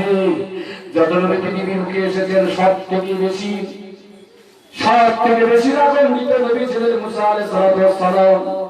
আজরাইল যখন সে সালাম দিয়ে বলছে মুসা রে তোমার ফিরে যাওয়ার সময় হয়েছে, আমি জান কবজ করতে এসেছি, সহজে একটা ঘুষি মারলো, ফেরেশতা যদি আকার না হয়, দেখতে যদি না পাওয়া যায়, ওই আজরাইলের ডান চোখটা নষ্ট হয়ে গেল কেন? আচ্ছা নবী যদি মাটির হবে তাহলে ওহদে দাঁত ভাঙলো কেন? অজরে নির্মূল হয়ে এই প্রশ্ন আছে নবীর সামনে। নবী যদি নূরে হবে তাহলে ওহদের আগে দাঁত ভাঙলো কেন? সুতরাং মাটি। আরে আজরাইল যদি নূরে তৈরি হয় চোখ করে গেল কেন? মুসা নবীর খুশি খেয়ে। মুসলিম শরীফ হাদিস করেন পারেন। আর যদি আজরাইল রেগে গিয়ে আল্লাহর কাছে গিয়ে বলছে আল্লাহ ইন্না আবদুকা লা ইয়ারিদুল মাউত, এমন একটা লোক জান কবজ করতে পারে, লোক মরবে না, আমার খুশি করে চোখ নষ্ট করছে। ফারাদা আলাইহি আল্লাহ তাআলা কুদরতি ভাবে মুসা নবীর চোখটা ফেরত দিলেন বলে সুবহানাল্লাহ। নবীকে নবীর জায়গায় রাখা হচ্ছে, নবীকে নবীর জায়গায় রাখা হোক। যে নবীর প্রতি কালমা না পড়লে ঈমানদার হওয়া যায় না, সেই উম্মত হয়ে নবীর সমালোচনা করা চলে? ছেলের ওজন কত? 1 কুইন্টাল, বাপের ওজন 60 কিলো, বাপ বলবে না শালা বলবে। হ্যাঁ, তোমার থেকে আমার ওজন বেশি, গরম বেশি, সুতরাং তুমি আমার শালা হও। ভাবে না এটা গাড়ির শব্দ, সম্পর্ক তৈরি। আর ছেলে তুমি এই গরম দেখায়, তুমি সমাজ মানবে কি? মানবে না। নবীকে নবীর জায়গায় তুমি রেখে দেবো। তো আল্লাহ নবী জিবরাইলকে প্রশ্ন করলেন, আরেকটা তথ্য দিচ্ছি, সর্বপ্রথম পৃথিবীতে কবর তৈরি হলো কিভাবে?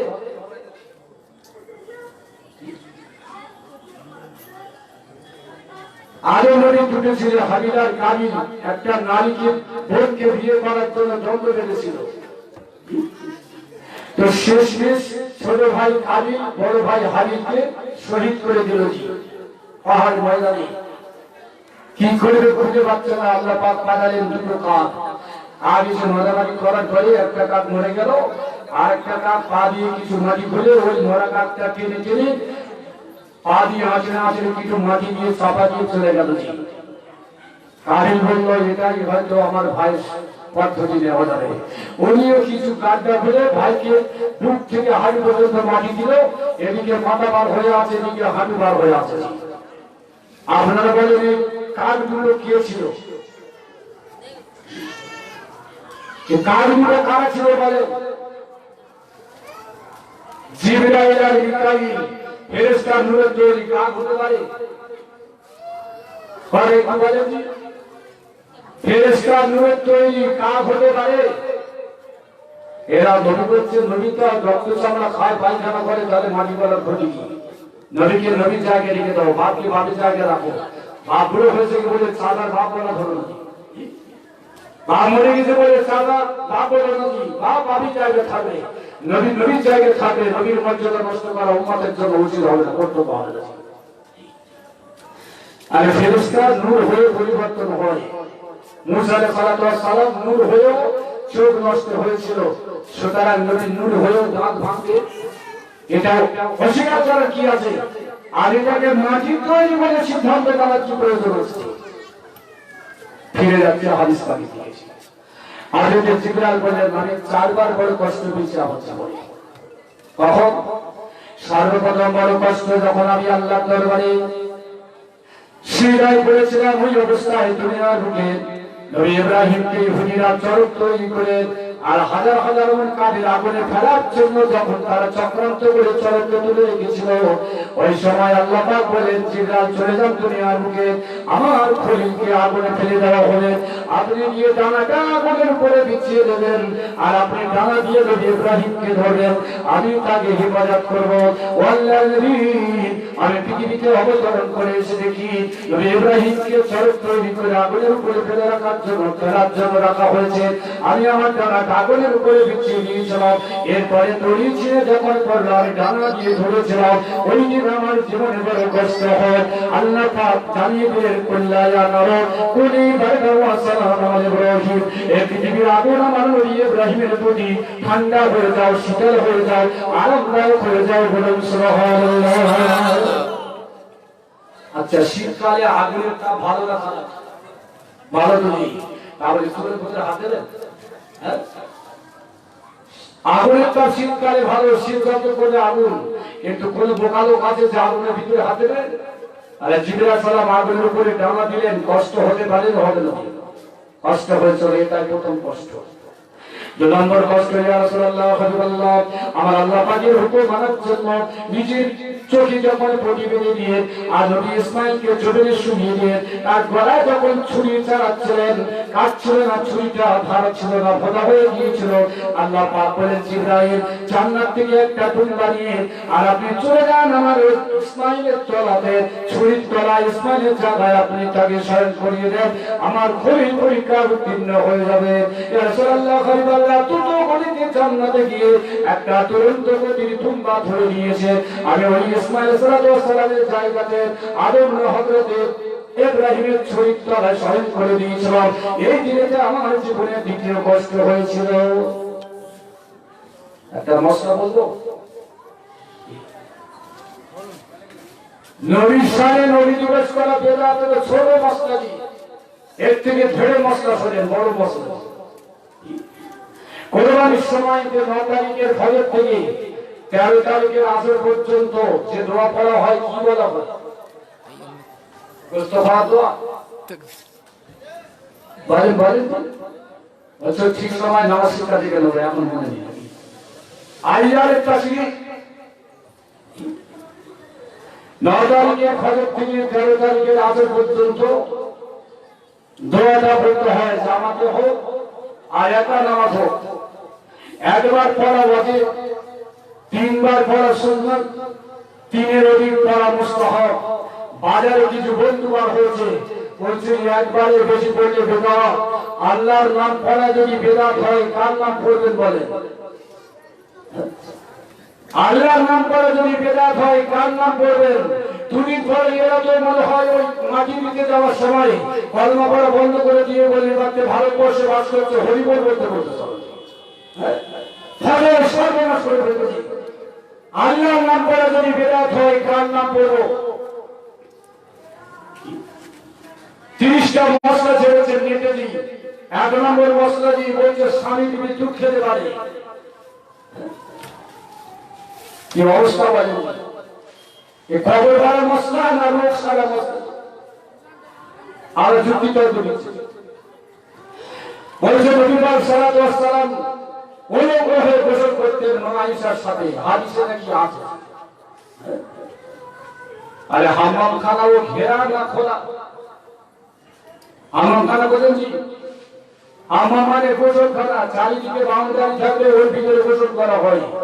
আচ্ছা আয়েশার সঙ্গে যদি রাসূল একসাথে উলঙ্গ গোসল করেন, তাই ঘেরা দেওয়া দরকার কি ছিল? কিভাবে ঈমান নষ্ট করার কথা বাজারে হচ্ছে কি ওই নির্বাণরা ছাড়ছে, আর আমরা যারা গরুর ডাক্তার সেগুলো সঞ্চয় করে বলছি হ্যাঁ ঠিক বলেছি। অত বড় মাওলানা সাহেব মাদারি সাহেব বলছে তোমরা ক পয়সা লেখাপড়া শিখেছো? তো হযরত জিবরাইল সাল্লাল্লাহু আলাইহি ওয়াসাল্লাম জান্নাত থেকে সুন্দর নিয়ে যখন আসছেন, হাজী সাহেব আছেন, হাজী সাহেব টাকা পয়সা চাইতো না, একটু হ্যাঁ বলে এই উল্লি সাহেবটা হাজী সাহেব নেই, হাদিস বলছি শোনেন, একটু হজে নিয়ত করেন। রাসূল বললেন আন্নাল হাজ্জা ইয়াসফাউ ইয়াওমাল কিয়ামাতি মিন আলি বাইতিহি 400 ফাজাইল আমলে দ্বিতীয় হজে হাদিসটি বলেন একজন হাজী সাহেব তার বংশ থেকে আত্মীয়ের সঙ্গে কিয়ামতের মাঠে 400 ব্যক্তিকে সুপারিশ করে জান্নাতে নিয়ে যাবে বলে সুবহানাল্লাহ। আর কিছু লোক বলে তোরা ওলি মিলে চলিস, ওলি কি জান্নাতে নিয়ে যাবে? ওলি সেদিন ঠিক বাড়ি অত কি আমরা কথা দিই। আর একজন হাজী সাহেব 400 জন ব্যক্তিকে সাথে নিয়ে জান্নাতে যাওয়ার ক্ষমতা আল্লাহ দান করবেন বলে সুবহানাল্লাহ। তাই জন্য অনুরোধ, জায়গা কেনার জন্য পয়সা দেওয়ার নদী, আল্লাহর ফরজ আদায় করার জন্য একটু হজ করেন। আরে মিনা বলে একটা জায়গা আছে, যে জায়গা হযরত নবী ইব্রাহিম সাল্লাল্লাহু আলাইহি সাল্লামকে কোলে করে নিয়ে যাচ্ছিলেন কুরবানি করার জন্য। 3টে পাথরের দেওয়াল আছে। প্রথম দিনে বড় শয়তানের 7টা নাগর মারতে হয়, দ্বিতীয় দিনে 3টে শয়তানের 21, তৃতীয় দিনে 21। এই 3 জায়গায় শয়তান এসে ইসমাইল নবীকে বললেন তোমার আব্বা তোমাকে কুরবানি করতে নিয়ে যাচ্ছে। ছোট্ট নবী বললেন আমার আব্বা যদি নিয়ে যায় শয়তান তোর তাহলে কি আছে, আমি আমার আব্বার আদেশের প্রতি খুশি বলি সুবহানাল্লাহ। তো এই জমিনের উপরে স্বয়ং করানো আছে। এই সময় জিবরাইল সাল্লাল্লাহু আলাইহি ওয়াসাল্লাম দুম্বা নিয়ে পাহাড়ের কিনারা থেকে নামছেন, আর এদিকে নবীর গলায় ছুরি চালানো হচ্ছে, কাটছে না। বাপের চোখে পটি, ছেলের চোখে পটি, বাপ বেটার মুখটা দেখি হলো একটা দরদের ব্যাপার আছে। আর আল্লাহ পাক ছুরি ফোঁটা করে দিলেন, কাটছে না জি। হযরত জিবরাইল বলেন আমি পাহাড়ের কিনারা থেকে চিৎকার করে বললাম আল্লাহু আকবার, আল্লাহু আকবার। নবী ইব্রাহিম আমার শব্দটা শুনে তিনি প্রত্যুত্তর দিলেন আল্লাহু আকবার, আল্লাহু আকবার, লা ইলাহা ইল্লাল্লাহ, আল্লাহু আকবার, আল্লাহু আকবার। ছুরির তলা থেকে নবী ইসমাঈল সাল্লাল্লাহু আলাইহি ওয়াসাল্লাম নিজের পিঠে জবাব দিলেন ওয়ালিল্লাহিল হামদ। আল্লাহ বললেন দোয়া হলো একটা, বললেন দুটো নবী একজন ফেরেশতা, আর 3বার সুন্নাত হবে, দুটো নবীর শানে মর্যাদা ফেরেশতা মর্যাদা আদায় হয়ে যাবে বলেন সুবহানাল্লাহ। আর না বলতে চাচ্ছে একবার পর আওয়াজে 3বার পড়লে নাকি বেদাত হবে, পড়া যাবে না। কিভাবে ঈমান চুরি হতে পারে? আল্লাহ পাকের জিকির যত করা যাবে বিধি নিষেধ থাকবে না। একই দোয়া ঈদুল ফিতরের দিনে বাড়ি থেকে বার হয়ে নামাজ পড়তে যাবেন, কোন নির্ধারিত নেই। আল্লাহু আকবার পড়তে পড়তে যাবেন, অন্য রাস্তা দিয়ে পড়তে পড়তে ফিরে আসার সুন্নাহ। কে যদি 7 কিলোমিটার হাঁটে কবার পড়বে? একবার পড়বে। কে যদি 1 কিলোমিটার হেঁটে হেঁটে নামাজ পড়তে যায় কবার পড়বে বলেন? বলে পরিসংখ্যান থাকবে জি, যত পড়বেন তত নেকি। এরা নেকির পথ বন্ধ করছে জি। আল্লাহর নাম পড়া যদি বেদাত বলতে পারি, নবী দিবসে বেদাত বলাটা অসুবিধা কি আছে? একটা ছোট্ট গল্প বলবো। তো একটা লোক সবসময় চুরি করে, জানেন, চাচার বাড়ি, মামার বাড়ি, সকলের বাড়ি চুরি করে বেড়ায়। এক সময় আপন চাচার বাড়ি চুরি করে, সব জানে ও চোর। এক সময় আপন চাচার বাড়ি চুরি করে, চাচা জানে ভাই বোঝারা কেউ চুরি করে। বেশ 4-5 জন জোয়ান ছেলের হাতে লাঠি দিয়ে আর ওকে ধরেছে, বলছে তোরা মেরে পুষে দেবো। সব জায়গায় চুরি করিস, ফের আমার বাড়ি চুরি করি, তোর ছাড়বো না, তুই তো আমার ভাইপো। বলছে আল্লাহর কিরে কাকা, আমি তোর বাড়ি চুরি করি। চাচার বলছে আল্লাহর কিরে কাকা চুরি করিনি, বলছে সব মানবো না। পাড়ার লোক যেমন ধরে ফেলে একটা লাল কাপড়ের ভিতরে একটা বাংলা বই দিয়ে আর লাল কাপড় ঝুলিয়ে রাখে, যেই বলে যে চুরি করেছি মাথা দিয়ে বলে খোদার কিনে চুরি করেছি, খোদার কিনে। আর তার লোক খোদা চুরি মাথা দিয়ে বলে আর কেউ চুরি বলে সাব্যস্ত করে। এইভাবে গ্রামের লোকের কাছে চুরি করে, কিন্তু মাল ধরা পড়ে না। চাচা ওই খেটে বাটি নিয়ে দুধ চাচ্ছে, যখন মারছে কোরআন শরীফ মাথা দিয়ে বলছে আল্লাহ কিরে মামুতি আর মারিনি। চাচা মামু হয়ে গেছে, মারিস চলে। চাচা মামু হয়ে গেছে, আল্লাহ কিরে মামুতি আর মারিস নি, খোদার কিরে আমি চুরি করেছি, মারিস। আর বললো তুই এই লাল কাপড় যে সবদার ভয় দেখাস, আমি চুরি করিনি, আর আজকে বলছিস চুরি করেছি। বলছে ইয়ে তো সত্যিকারই এই লাল কাপড়ের ভিতরে কোরআন শরীফ নেই, এটা হচ্ছে বাংলা বই। আরে লাল কাপড়ে বই এখন কোরআন শরীফ হয়ে গেছে কি? আর কিছু আলেম ওলামা নবীর কাছে থেকে থেকে নবী এখন চাচা হয়ে গেছে, নবী এখন বড় ভাই হয়ে গেছে জি। সেই জন্য নবী দিবস আর করা চলবে না, নবী দিবস বেদা আছে। চাচার বিরুদ্ধে ফতোয়া দিতে ভাইয়ের অসুবিধা আছে কি? অসুবিধা আছে কি? ভাইয়ের বিরুদ্ধে ভাইয়ের ফতোয়া দিতে অসুবিধা আছে। একটু হেফাজতে থাকবেন, এই গরুর ডাক্তারের রুগী হওয়ার চেষ্টা করবেন না জি। আল্লাহ হেফাজতে রাখবেন। কি বলতে চাইল? 3 নম্বর কষ্ট আমার জীবনে হয়েছিল। কোন কষ্ট? ও আল্লাহ নবী আপনি শোনেন, যখন আমি আল্লাহ পাকের আরশে নিচে তাসবিহে আমি মশগুল ছিলাম, ইবাদতে মশগুল ছিলাম, ছোট্ট ইউসুফের ভাইরা হাতে দড়ি বেঁধে পায়ে দড়ি বেঁধে আর সন্ধ্যা পর্যন্ত অপেক্ষা করছিল একটা কুয়ার কানায় তাকে তুলে সন্ধ্যা হয়ে যাবে, ছোট্ট ভাইকে কুয়ায় ফেলে দেবে। নবী ইউসুফ কাঁদছেন আর বলছো আমার ভাইরা আমাকে তোমরা কুয়ায় ফেলে দিও না, মেরে দিও না, আমাকে কুয়ায় ফেলে দিও না। আমি যদি মরে যাই আমার আব্বাকে থামাবে, আমার আব্বা তো খাবে আমার জন্য। আমি যদি কুয়ায় পড়ে মরে যাই আমার মাকে কে বোঝাবে? ও আমার ভাইয়েরা, আমি তোমাদের ছোট ভাই, কেন আমাকে কুয়ায় ফেলবে? কিন্তু ভাইয়ের জানলো তোকে বেশি আব্বা ভালোবাসে, তাই তোকে কুয়ায় ফেলে দেব। আল্লাহ পাক জানিয়ে দিলেন জিবরাইল আপনি জমিনের বুকে অবতরণ করে আপনি জমিনের বুকে নেমে যান, জমিনের বুকে নেমে যান, ওই জায়গায় চলে যান। আপনার ডানা দিয়ে যে কুয়ার পাড়ে ইউসুফকে রাখা হয়েছে ডানাটা একটা স্পর্শ করবেন, আপনার ডানার ছোঁয়া নিচের দিক থেকে পানিটা পাথরের মতো শক্ত হবে, উপরের দিকে আমি মনের মতো নরম করে দেব। ইউসুফকে ভাইরা যখন অন্ধকারে ফেলে দেবে তারা দেখবে মনে করবে এটা কাঁচের মতো তরল পদার্থ, পানি আছে ডুবে যাবে, কিন্তু আমি মনগুলো কাঁচের মতো ঢেউ খালানো করে দেব। ওর উপরে ইউসুফ যখন পড়বে ওর মুখটাই তোমার হাতের বাদাউলাকে শক্ত জায়গায় পড়বে, কিন্তু উপরে মনে রাখা থাকবে আমি তাকে কুয়াতে হেফাজত করবো। ইয়া রাসূলুল্লাহ হাবিবাল্লাহ, আল্লাহ নির্দেশ পেয়েছে জমিনে অবতরণ করে আমি এসে দেখলাম ইউসুফ কুয়ার পাড়ে খানে আর ভাইরা কুয়ায় ফেলার জন্য প্রতিযোগিতা করে অন্ধকারে ফেলে দেবে, সূর্যটা কোনো ডুবেনি। আমি জিবরাইল এসে কুয়ায় ডানাটা দিয়ে দিলাম, নিচের দিক থেকে ওই কুয়ার পানিটা পাথরের মতো শক্ত হলো, উপরের দিকে মনের মতো নরম হলো, কাঁচের মতো তরল হয়ে গেল। ভাইরা তাকে সন্ধ্যা করে ফেলে দিয়ে উৎফুল্ল করলো, ভাই মারা গেছে, ইউসুফ মারা গেছে, আর আমাদের আব্বা ইউসুফকে ভালোবাসতে পারবে না। একটা ডানা দিয়ে আমি তাকে ঢেকে রেখেছিলাম, ইউসুফকে ফেলার পরে দুটো ডানা দিয়ে তাকে ঢেকে আমি ফজর পর্যন্ত হেফাজত করেছিলাম। এটাই ছিল আমার জীবনের তৃতীয় কষ্ট। আর কোন লোক আছে সারা রাত দাঁড়িয়ে দাঁড়িয়ে ঘুমাবে? আছে? সারা রাত দাঁড়িয়ে দাঁড়িয়ে ঘুমাবে লোক আছে, এমন কোন লোক আছে একদম স্টেট ঘুমাবে, কোনো দিকে বেরিয়ে না, হাত পা ঘুরাবে না, আছে? হাত হতে হবে, চিন্তিত হবে, হাঁটু ঘোরাতে হবে, হাত ছড়াতে হবে, হাই তুলতে হবে। এটা হচ্ছে ঘুমের ভিতরে আরাম।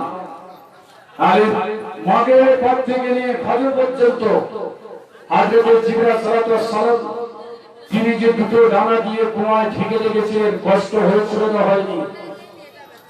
একটু কথা বলেন, শেষ করতে পারে কি? জি না, তবে চুপ করে আসুন।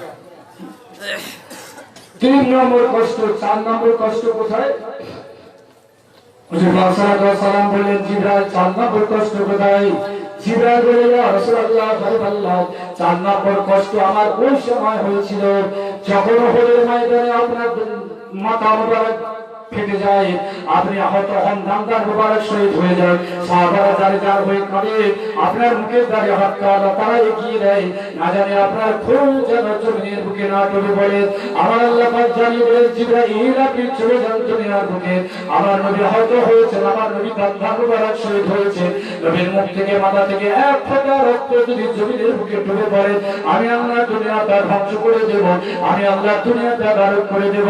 আমি দুটো কি কর্তব্য বিমূঢ় হয়ে আমি জমিনের মুখে এসে দেখি নবী যে আপনার মুখ থেকে রক্ত এসেছে, আপনার মাথা থেকে রক্ত বার হয়েছে, সাহাবা হুজুরা হাতটা এগিয়ে দিয়ে তারা কাঁধে জারে জারে হয়ে যায়, আপনার মাথার রক্তটা কিভাবে বন্ধ করা যায়? ইয়া রাসূলুল্লাহ, আমি আমার ডানাটা আপনার মুখের সম্মুখে এগিয়ে দিয়েছিলাম, ওই সময় আমার বড় ভয় হয়েছিল আপনার মুখ থেকে মাথা থেকে যদি রক্ত এসে আমার ডানায় শোষণ করার পরে যদি জমিনের বুকে ডুবে পড়ে, আমি আল্লাহর কাছে একজন অপরাধী হয়ে যাব। ইয়া রাসূলুল্লাহ, আমি কাঁপতে কাঁপতে মুখের ধারে ডানা দিয়েছিলাম, কিন্তু আপনার মুখের রক্তটা ডানা দিয়ে শোষণ করেছে, আমি জমিনের বুকে পড়তে দিইনি, ওটাই আমার জীবনের বড় কষ্ট। 4টে কষ্টের কথা জিবরাইল বললেন। জিবরাইল আলাইহিস সালাম চলে যাচ্ছে, মাঝখানে একটা হাদিস বলা হয়, বলবো? অনেক পুরাতন, এই জঙ্গল শাহ বসন্ত চক গোবর নগরের দিকে পুরাতন হয়ে গেছে, মালিকেরা আর ইব্রাহিম নবীকে কিভাবে আগুনে ফেলা হয়েছিল?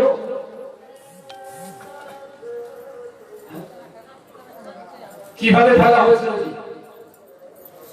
চড়ক করো নাকি? আর তো চড়ক খেলা আছে না নেই? হ্যাঁ, আর কোন ছেলে যদি গ্রামের লোকেরা তার বাপের ধরে কান বলা যায়, ছেলে হাসবে না কাঁদবে? ছেলে যদি দুর্বল হয়, বোকা হয়, কাঁদবে নাকি? আর সবল যদি হয়, লড়ার চেষ্টা করবে, আমার বাপকে কষ্ট দিচ্ছে কেন? আর নির্বোধ যদি হয়, হাসবে নাকি? আর আমাদের নবীকে আগুনে ফেলার জন্য যে চড়ক তৈরি হলো, সে চড়ক খেলায় এখনো পর্যন্ত আছে।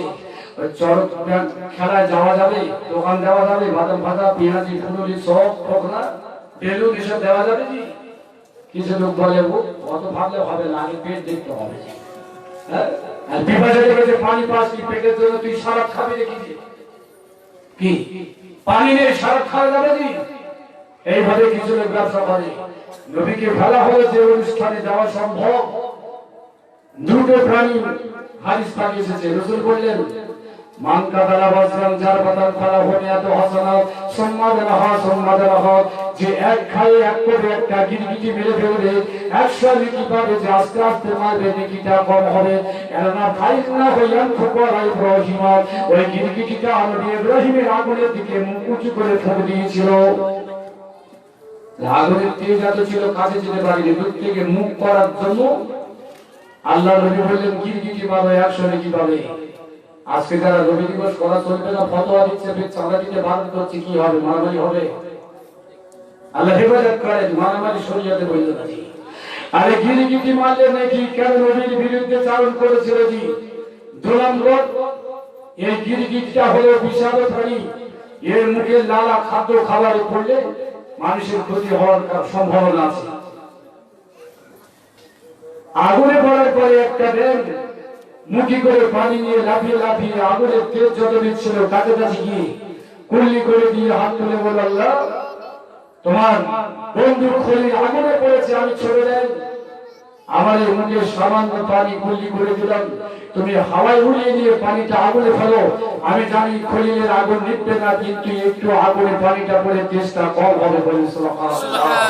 আল্লাহ নবী বলে, লা তাকতুল কাবা ওয়ালা তাফাদু সাফা, কিয়ামত পর্যন্ত আমি নবী ব্যাগ মারা হারাম করে দিলাম, ব্যাগ তোমরা কেউ মারতে পারবে না। একটা প্রাণী নবীর প্রতি বিরুদ্ধে চালানোর জন্য মারার হুকুম আসলো, আর একটা প্রাণী ভালোবাসার জন্য তার প্রতি সম্মান প্রদর্শন করা হলো নি। এখন পর্যন্ত আমরা সব জায়গায় বাজার ঘাটে যাই, চরগ্রস্ত দোকান দিয়ে ফেরি, একটু হেফাজত থাকবে। আসলে অনুষ্ঠানটা আমাদের নবীর বিরুদ্ধে। এবারে ফিরে যাচ্ছি সমীক্ষায়। জিবরাইল সাল্লাল্লাহু আলাইহি ওয়াসাল্লাম আমার চলে যাচ্ছেন ফিরে।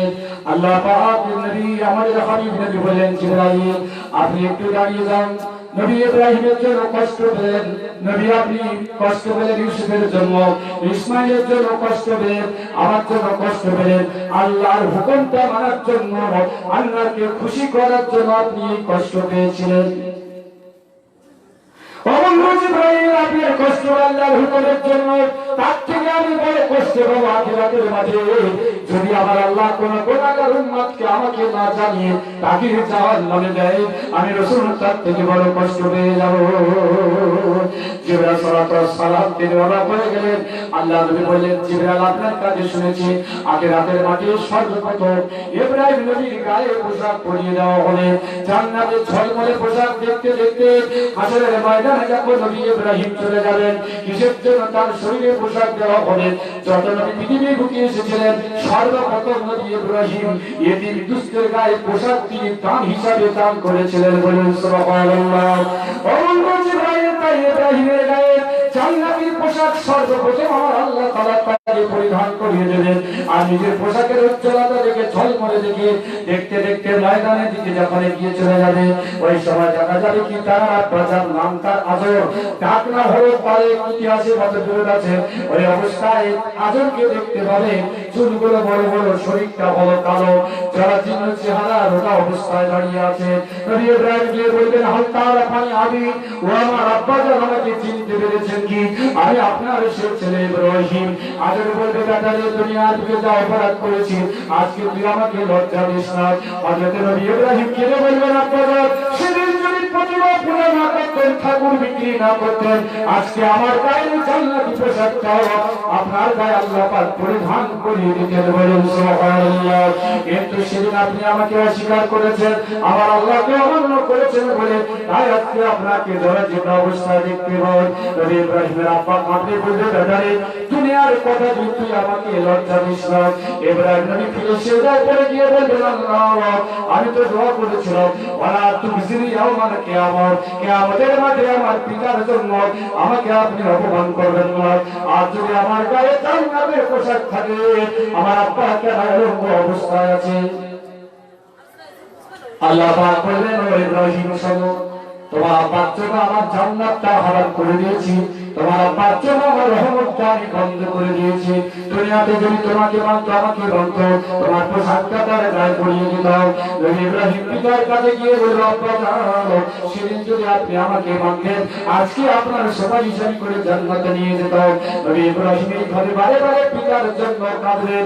হঠাৎ তিনি সিজদায় পড়ে যাবেন, আর এই অবস্থায় ফেরেশতারা এসে নবী ইব্রাহিমের পিতার গায়ে যখন স্পর্শ করবেন, পিড়ারের আকার ধারণ করবেন, সারা দিয়ে টেনে টেনে তাকে জাহান্নামে ফেলে দেওয়া হবে। আল্লাহ নবী বলে, হে আমার সাহাবীরাও, নবী ইব্রাহিম আখিরাতের মাঠে নিজের পিতার সুপারিশের জন্য উম্মতের সুপারিশ করা ভুলে যাবে। আমার আব্বা আমার ছোটবেলায় ইন্তেকাল করেছেন, আমার দুঃখ নয়, বড় হয়ে যদি নবী ইব্রাহিমের পিতার মতো আমাকে না মানতো, আখিরাতের মাঠে হয়তো তাদের সুপারিশ করার জন্য আমি উম্মতের কথা ভুলে যেতাম। আমার আব্বা আমার ছোটবেলায় ইন্তেকাল করেছে, দুঃখ নয়, আখিরাতের মাঠে আমি ইব্রাহিমের মতো ভুলে বলার আমার উম্মতদের সুপারিশ করে জান্নাতে নিয়ে যাবে। কোন নবীর জন্য বসেছি? কোন নবীর জন্য আজ এখানে আমরা বসেছি? তিনি আমাদের সাফাতের কান্ডারি, আখিরাতে নাজাতের তরী যিনি, মুহাম্মদ রাসূলুল্লাহ সাল্লাল্লাহু আলাইহি ওয়াসাল্লাম। আল্লাহ আমাদের বেশি বেশি এই নবী স্মরণ করা, মানার, মেনে চলার তৌফিক বেশি বেশি দান করেন। সবাই বলে আল্লাহুম্মা আমিন। উচ্চারণ করে শরীফ আল্লাহুম্মা সাল্লি সাইয়্যিদিনা মাওলানা মুহাম্মদ ওয়া আলি সাইয়্যিদিনা মাওলানা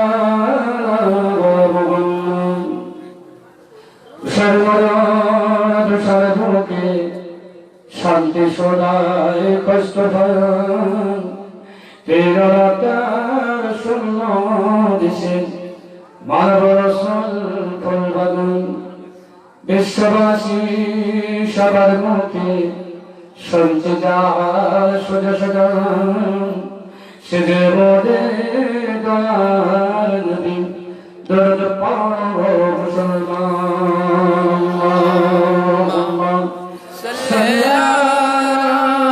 সাইয়্যিদুনা মাওলানা মুহাম্মদ ওয়া আলি সাইয়্যিদিনা মাওলানা মুহাম্মদ। নবী দিবস চলে যাবে, আর নবীর ভালোবাসা নবী পাওয়ার দুটো দিক আছে। একটা হলো নবী পাকের সুন্নাত, আর অপরদিকে হলো নবী পাকের মুহাব্বতের দরুদ শরীফ। পীরানি তরিকাত আমাদের এটা শেখায়। দাদা বলেন পীর কেবলা মুরিদদের হাতে তসবিহ দানা তুলে দিয়েছেন, কি শিক্ষা দিয়েছেন। ফজরের পরে 100 বার করে দরুদ পড়ো, ইশার পরে 100 বার করে দরুদ পড়ো, ছাত্রের খাতায় অন্তর্ভুক্ত হও, আগেরাতে মুক্তির জন্য পথ সহজ হবে বলে সুবহানাল্লাহ। তো আমি ছোট্ট একটি হাদিসের টুকরো আপনাদের কাছে রাখছি। হযরত পাক সাল্লাল্লাহু আলাইহি ওয়াসাল্লাম বললেন, কিয়ামতের মাঠে এইরকম ঘটনা ঘটবে। কি ঘটবে? তখনও কিয়ামত হয়নি, যেটা ঘটবে নবীজি বলে দিচ্ছেন। আমি আল্লাহর নবীর উম্মতের মুক্তির জন্য সিধা মাথা দিয়ে কাঁদতে থাকবো। এমন সময় একটা শব্দ ভেসে ভেসে আসবে, ইয়া মুহাম্মাদের ফেরাসে দাও। মুহাম্মদ তুমি কোথায়? তুমি সিধা থেকে মাথা তোলো। আমি দেখতে পাচ্ছি তোমার একটা গুনাহগার উম্মতকে ফেরেশতারা ধরে ধরে জাহান্নামের দিকে নিয়ে যাচ্ছে। আজকে তোমার সুপারিশটা কবুল হবে, তোমার শাফাআতটা গ্রহণযোগ্য হবে। আমি আদম, আমার ভিতরে দুর্বলতা আছে, তোমার উম্মতের শাফাআত করতে আমি পারব না। রাসূল বলেন, আমার সাহাবীরা সিধা থেকে মাথা তুলে ছোট্ট ছোট্ট জিনিস থেকে শব্দ আসবে, আমি গিয়ে দেখব জাতির পিতা আবুল বাশার আদম নবী, তিনি আমাদের জামাকে চিৎকার করে যাচ্ছেন। আমি বলবো, ইয়া আবুল বাশার বলে মাতা দাদি, ও মানবের পিতা, কেন আপনি ডাকছেন বলেন? আদম বলবে, নবী মুহাম্মদ, আমি দেখতে পেলাম আপনার একটা গুনাহগার উম্মতকে ফেরেশতারা ধরে ধরে ধরে ধরে জাহান্নামের দিকে নিয়ে যাচ্ছে। আজ তোমার এই সুপারিশ কবুল হবে, আজকে আল্লাহ পাক কবুল করে নেবেন। আমি আদম তাই চিৎকার করে সতর্ক করে দিয়েছি। আল্লাহ নবী দাঁড়িয়ে বললেন, হে ফেরেশতারা, একটু দাঁড়িয়ে যাও, আমার গুনাহগার উম্মতকে তোমরা ধরে জাহান্নামে নিয়ে যাও না। আরেকবার বিদায়ের পাল্লা নেকি বলিটা ওজন করো, আমি নবী আমার উম্মতের গুনাহ বলিটা দেখতে পাবো। কোরআনের আয়াতে এসেছে, ফেরেশতারা বলবেন, লা ইয়াসুনাল্লাহু মা আমারাহুম ওয়া ইয়াফআলুনা মা ইউমারুন। ও আল্লাহ, নবী আমরা নাফরমানি করতে পারি না। কোন নবীর উম্মত জাহান্নামে যাবে, কোন নবীর উম্মত জান্নাতে যাবে, আমরা তা নির্বাচন করি না। দায়িত্ব হলো নেকি প্রতিবেদন করার। আমরা যার নেকি বেশি হবে জান্নাতে পৌঁছে দেব, যার গুনাহ বেশি হবে জাহান্নামে দেব। কোন নবীর উম্মতটা জানি না। আপনি কেন আমাদের বাধা দিচ্ছেন? আমরা কি না ফরমানে হয়ে যাব? আল্লাহ নবী বলবেন, না আউয়াল সাফর মুসাফফা ইয়াউমাল কিয়ামah, ও ফেরেশতারা তোমরা সাবধান হও, আজ আমার সুপারিশ আল্লাহর কাছে মঞ্জুর হয়ে যাবে। বলুন সুবহানাল্লাহ। কিছু লোক বলে, কি বলে, তোরা পেশাব করে পানি নিস না, ওযু করে নিয়ে যাবি, তোরা নবী দিবস করছিস। আর এটা কি বোঝায়? যারা পেশাব করে পানি নেবে আর নামাজ পড়বে, তারাই নবী নবী করবে। তো কি কথা বলে তুমি? এক কথা এটাই বলে তুমি। হযরত মুসা নবী আল্লাহর কাছে আবেদন করছেন, আল্লাহ, যখন কোন মুমিন আপনাকে ডাকে আপনি কি জবাব দেন? আল্লাহ পাক বলেন, মুসা, যখন মুমিন ব্যক্তি আল্লাহ বলে ডাকে, আমি একবার লাব্বাইক বলে ডাকি সাড়া দিই। মুসা নবী বলেন, যদি মুত্তাকি আপনাকে ডাকে কি বলেন? আল্লাহ পাক বলেন, একবার লাব্বাইক বলে সাড়া দিই। মুসা নবী বললেন, যদি গুনাহগার আল্লাহ বলে ডাকে আপনি কি জবাব দেন? আল্লাহ পাক বলেন, আমি 3 বার লাব্বাইক বলে ডাকে জবাব দিয়ে থাকি। আর নবীজি আগে রাতে কার জন্য কাঁদছেন? গুনাহগারের জন্য। আল্লাহ বললেন, গুনাহগারের ডাকে 3 বার সাড়া দেব। আর এরা ফতোয়া দিচ্ছে, তোমাদের গুনাহগার নবী দিবস করবে কেন? তোরা ওযু করে পানি নিস না, নবী দিবস করবি কেন? ফতোয়া সঠিক হচ্ছে তো? কোরআন পাকে এসেছে, আল্লাহু ওয়ালিউল মুমিনিন, আল্লাহ হলেন মুমিনের বন্ধু। কোরআন পাকে এসেছে, ইন্নাল্লাহা ইউহিব্বুল মুত্তাকিন, আল্লাহ মুত্তাকিদের ভালোবাসেন। মুসলমান সেটাই পড়ে গিয়ে বলে আল্লাহ মুমিন যদি আপনার বন্ধু হয় একবার তাকে সাড়া দেন, আর যদি মুত্তাকি আপনার বন্ধু হয় একবার তাকে সাড়া দেন, আর গুনাহগার যদি আপনার কাছে নিকৃষ্ট হয় তিনবার কেন জবাব দিয়ে থাকেন। আল্লাহ পাক বলেন ও মুসা মুমিন যখন আল্লাহ বলে ডাকে ঈমানের উপরে নির্ভর করে ডাকে, মুত্তাকি যখন আমাকে আল্লাহ বলে ডাকে তাকওয়ার উপরে নির্ভর করে ডাকে, আর গুনাহগার যখন আমাকে আল্লাহ বলে ডাকে আমার রহমতের আশা নিয়ে ডাকে। নারায়ে তাকবীর, নারায়ে তাকবীর। বিশ্ব নবী দিবস, বিশ্ব নবী দিবস, নারায়ে তাকবীর। ও মুসা যারা আমার রহমতের আশা নিয়ে ডাকে আমি আল্লাহ তার তিনবার ডাকের সাড়া দিয়ে আমি রহমত দিয়ে তাদের ভরে থাকি। আল্লাহ নবী বলেন ফেরেশতারা শোনো, যাকে ধরে জাহান্নামের দিকে নিয়ে যাচ্ছ আর একটা মিজানের পাল্লার কাছে হাজির করো, আমি নবী দেখব তার গোনাটা সত্যি বেশি কিনা। ফেরেশতারা দাঁড়িয়ে যাবে, এমন সময় আরেকটা ফেরেশতা ছুটে ছুটে এসে আর বলতে থাকবে ও ফেরেশতারা নবীজির কথা মানো, আজ এনারই সুপারিশ কবুল হয়ে যাবে। ফেরেশতারা ওই গুনাহগার বান্দা যাকে জাহান্নামী ঘোষণা করা হয়েছিল জাহান্নামের দিকে ঠেলে ঠেলে নিয়ে যাচ্ছে, ওই বান্দাটাকে মিজানের পাল্লার কাছে দাঁড় করিয়ে দিয়ে আর ফেরেশতারা কি করবেন তার নেকি বলিটা ওজন করবে, দেখা যাবে গুনাহটা তার বেশি নেকিটা কম। ফেরেশতারা বলেন আল্লাহর নবী এই জন্য জাহান্নামে নিয়ে যাচ্ছিলাম। ফাকাজা জানি দাদা সম্মাল ওয়াদা মিজানি হাত্তা সাকুলাম। আল্লাহর নবী ওই সময় মুশকিল এসে একটা ছোট্ট কাগজের টুকরোর মতো টুকরো নিয়ে ওই নেকির পাল্লা যখন দেবে, যে নেকি হালকা ছিল মুহূর্তের মধ্যে ভারী হয়ে যাবে। ফেরেশতারা বললেন ইয়া রাসূলুল্লাহ হাবিবাল্লাহ ইতিপূর্বে ওই বান্দা গুনাহগার ছিল, আপনার সুপারিশের বিনিময়ে নেকিটা বেশি হয়ে গেছে। ওই মুক্তিপাওয়া বান্দা বলবেন কে আপনি? আমি যখন জাহান্নামে হয়ে গিয়েছিলাম ফেরেশতারা ধরে নিয়ে যাচ্ছিল, সম্মুখের দিকে দেখলাম পিতামাতা পাওয়া যায় কিনা, পিছন দিকে দেখলাম সন্তানাদি আছে কিনা, ডান দিকে দেখলাম বন্ধু বান্ধব আছে কিনা, বাম দিকে দেখলাম গ্রামবাসী আছে কিনা, কাউকে সাহায্যকারী পাইনি। মহা বিপদের দিনে আপনি কে আমার নেকিটা বাড়িয়ে দিয়েছেন? রাসূল বলবেন আমি তোমার হাবিব নবী মুহাম্মদ রাসূলুল্লাহ সাল্লাল্লাহু আলাইহি ওয়াসাল্লাম। আল্লাহ কি আপনি চাপিয়েছেন? রাসূল বলবেন সারাদিন খাটাখাটনির পরে এসব নামাজ পড়ে বিচারের মাথা দিয়ে আমি নবী আমার করে যে গুনগুন করে দরুদ পাঠ করেছিলেন সেই দরুদটা লিখে আমি তোমার নেকির পাল্লা দিয়েছি। আল্লাহ আমার সুপারিশের বদৌলতে নেকির পাল্লা ভারী করে দিয়েছে। আল্লাহ নবী বললেন আন্নাল জান্নাতা তাসতাকু ইলা খামসাতিন তালিমুল কুরআনে হাফিজুল লিসানে মুতামাসসিআনে মুফসিরুল ইয়াদ সাল্লি আলা হাবিবির রহমান। আল্লাহ নবী বললেন কি বলে পাঁচটা কাজ দুনিয়ার বুকে যারা করে তাদের জন্য জান্নাতের দরজা সর্বদা খোলা থাকে। এক নম্বর যারা প্রত্যেক কোরআন তেলাওয়াত করে, দুই নম্বর যারা জবানটা হিফাজ রাখে, কটু কথা বলে না, মিথ্যা কথা বলে না, গীবত করে না, হারাম ভক্ষণ করে না, তিন নম্বর মুতামাসসিআন ক্ষুধার্ত মানুষের যারা খাদ্য দান করে, চার নম্বর হলো মুফসিরুল ইয়াদ ওয়ানা বিগিন দুস্থের শরীরে যারা পোশাক পরায়, পঞ্চম নম্বর হলো সাল্লি আলা হাবিবির রহমান যারা নবীর প্রতি দরুদ শরীফ পাঠ করে। তাহলে নবী দিবসে যারা লাভ খুঁজে বেড়াচ্ছে এই মজলিসে দরুদ হয়, আরে বলেন এই মজলিসে দরুদ হয়, তাহলে লাভ আছে না লোকসান আছে? কি বল খেলে কি লাভ হয় বলতে পারবেন? ক্রিকেট খেলে কি লাভ হয় বলতে পারবেন? ইমান নষ্ট হয়, সময় নষ্ট হয়, চরিত্র নষ্ট হয়, মারামারি হয়, বলছে ওর ভিতরে জ্ঞান আছে। পাল্লা দাঁড়িয়ে দেওয়া উচিত নয়।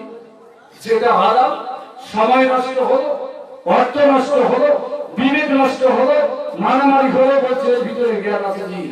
যেখানে বসলে নেকি হয়, যেখানে বসলে গুনাহ ক্ষমা হয়, যেখানে বসলে শরীয়তের জ্ঞান বাড়ে, যেখানে বসলে পিতা মাতা কবরে সাফল্য পায়, বলছে এর ভিতরে লাভ কি আছে? আল্লাহ হেফাজত করেন সে নবীর শাড়ি। একবার রূপ সমাজে দূর শরীফ আল্লাহ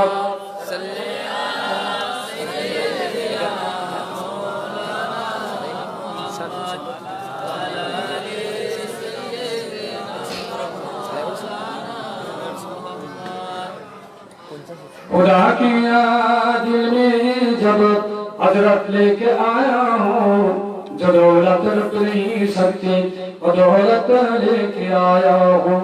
शफीए मदीना आका क़यामत के दिन करेगा गुनाहगारों नवाबरों में शफाअत लेके आया हूँ अल्लाहुम्मा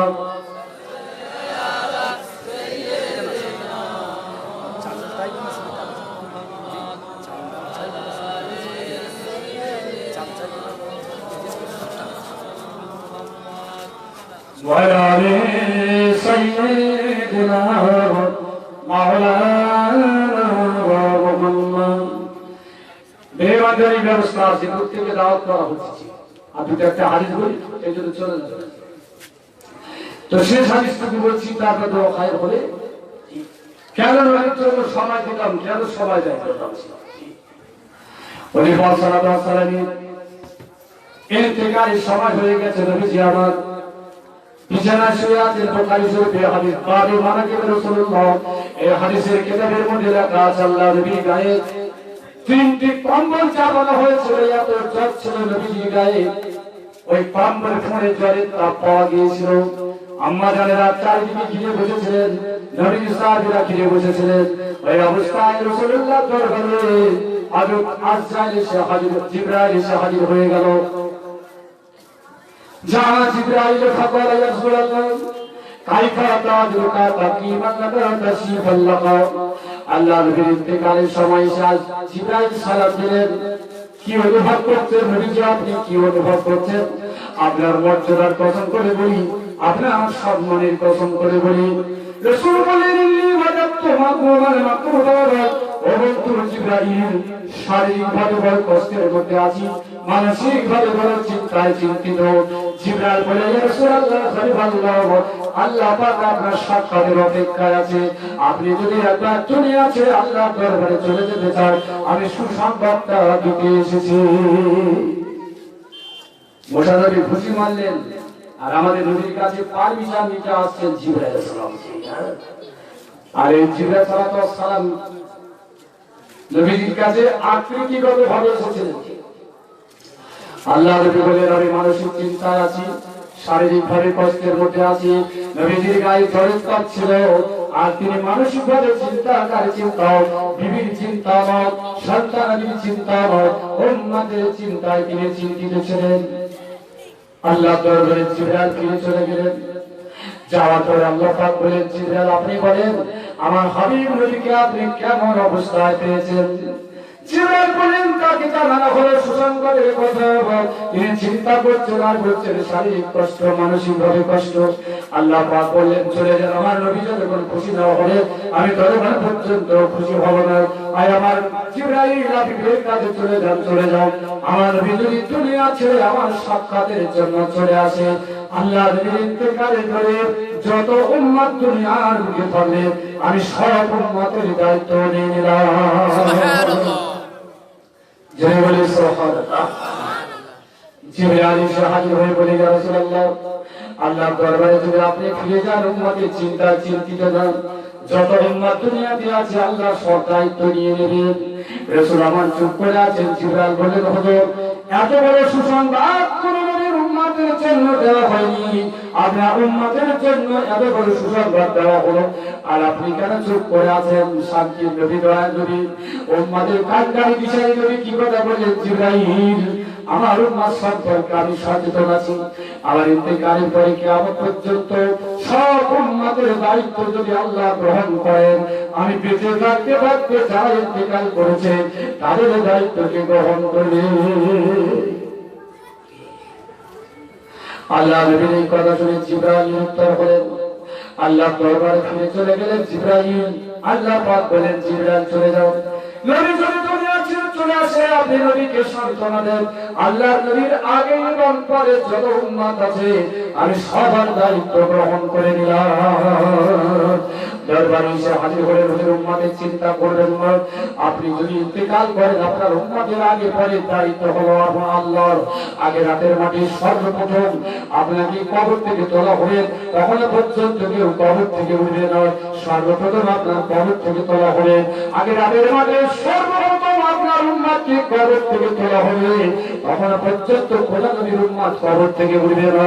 আপনি যেমন সব নবীর নেতা ছিলেন, আগে রাতের মাঝে আপনাকে নেতা বানিয়ে দেওয়া হবে, আপনার উম্মতদের অন্য নবীর উম্মতের নেতা বানিয়ে দেওয়া হবে, আপনার জন্য জান্নাতের দরজা খুলে দেওয়া হবে। সর্বপ্রথম আপনি জান্নাতে যাবেন, আপনার সঙ্গে আপনার উম্মতগুলো সর্বপ্রথম জান্নাতে যাবে। নারে তাকবীর। সেই নবী আমাদের নবীজি যাত্র মাস আমরা এখানে বসেছি, সমাপ্ত করবো, দোয়া খাই হবে। একটা ছোট্ট গল্প বলবো, রাগ করবে না বুঝি? এক মহল্লায় সব রাতের বেলা শুয়ে পড়ে, আর ভোরের দিকে একটা বাড়ির বউ উঠে জোরে জোরে কাঁদে, এত সুরালো ভাষা চিৎকার করে কাঁদে, বাকি ঘুমন্ত মেয়েদের ঘুম ভেঙে থাকে। একদিন দুদিন হতে হতে ওরা দিনের বেলা একটা ইউনিয়ন তৈরি করলো, আজকে যদি কাঁদে জিজ্ঞেস করবো কেন কাঁদিস। তো সেদিন দিনে তো সব জেগেছিল, সকাল হয়ে গেছে, বলছে বুঝা তুমি জোরে জোরে কাঁদো কেমন? বলছে কি বলবো, আমার কান্দার জন্য আমি হলাম দায়ী। কি জন্য? আমার স্বামী ডাল খেতে ভালোবাসে, আমি ডালের তরকারি রাখতে পারি না, আর গুমগাম খুশি মারে, তাই আমি কাঁদি। কেন, কিভাবে রান্না করো? বলছে চুলার উপরে হাঁড়ি বসাই, তার উপরে পানি দিই, হাঁড়িতে ঝাল দিই, লঙ্কা দিই, তেল দিই, আগুন দিয়ে সিদ্ধ করি, কিন্তু ডাল দিই না। সেটাই হচ্ছে মার খাওয়া খাওয়া। ডালের তরকারি রাখতে ডাল দেবে নাকি? আর নামাজ পড়বেন, রোজা করবেন, হজ করবেন, নবীর ভালোবাসা যদি না থাকে মুক্তি হবে কি? নবীর ভালোবাসা যদি না থাকে মুক্তি পাওয়া বড় কষ্ট। নামাজ কবুলিয়াতের জন্য আল্লাহ নামাজের ভিতরে দরুদ রেখেছি। তো সেই নবী দিবস একটু হাত আপনাদের কাছে পাতবো, অসুবিধা হবে? খুব বেশি চাইবো নাকি? 1000 টাকা একজন নাম লেখাবেন, নবীর ভালোবাসা যদি আমাদের মনে থাকে, একটু হাত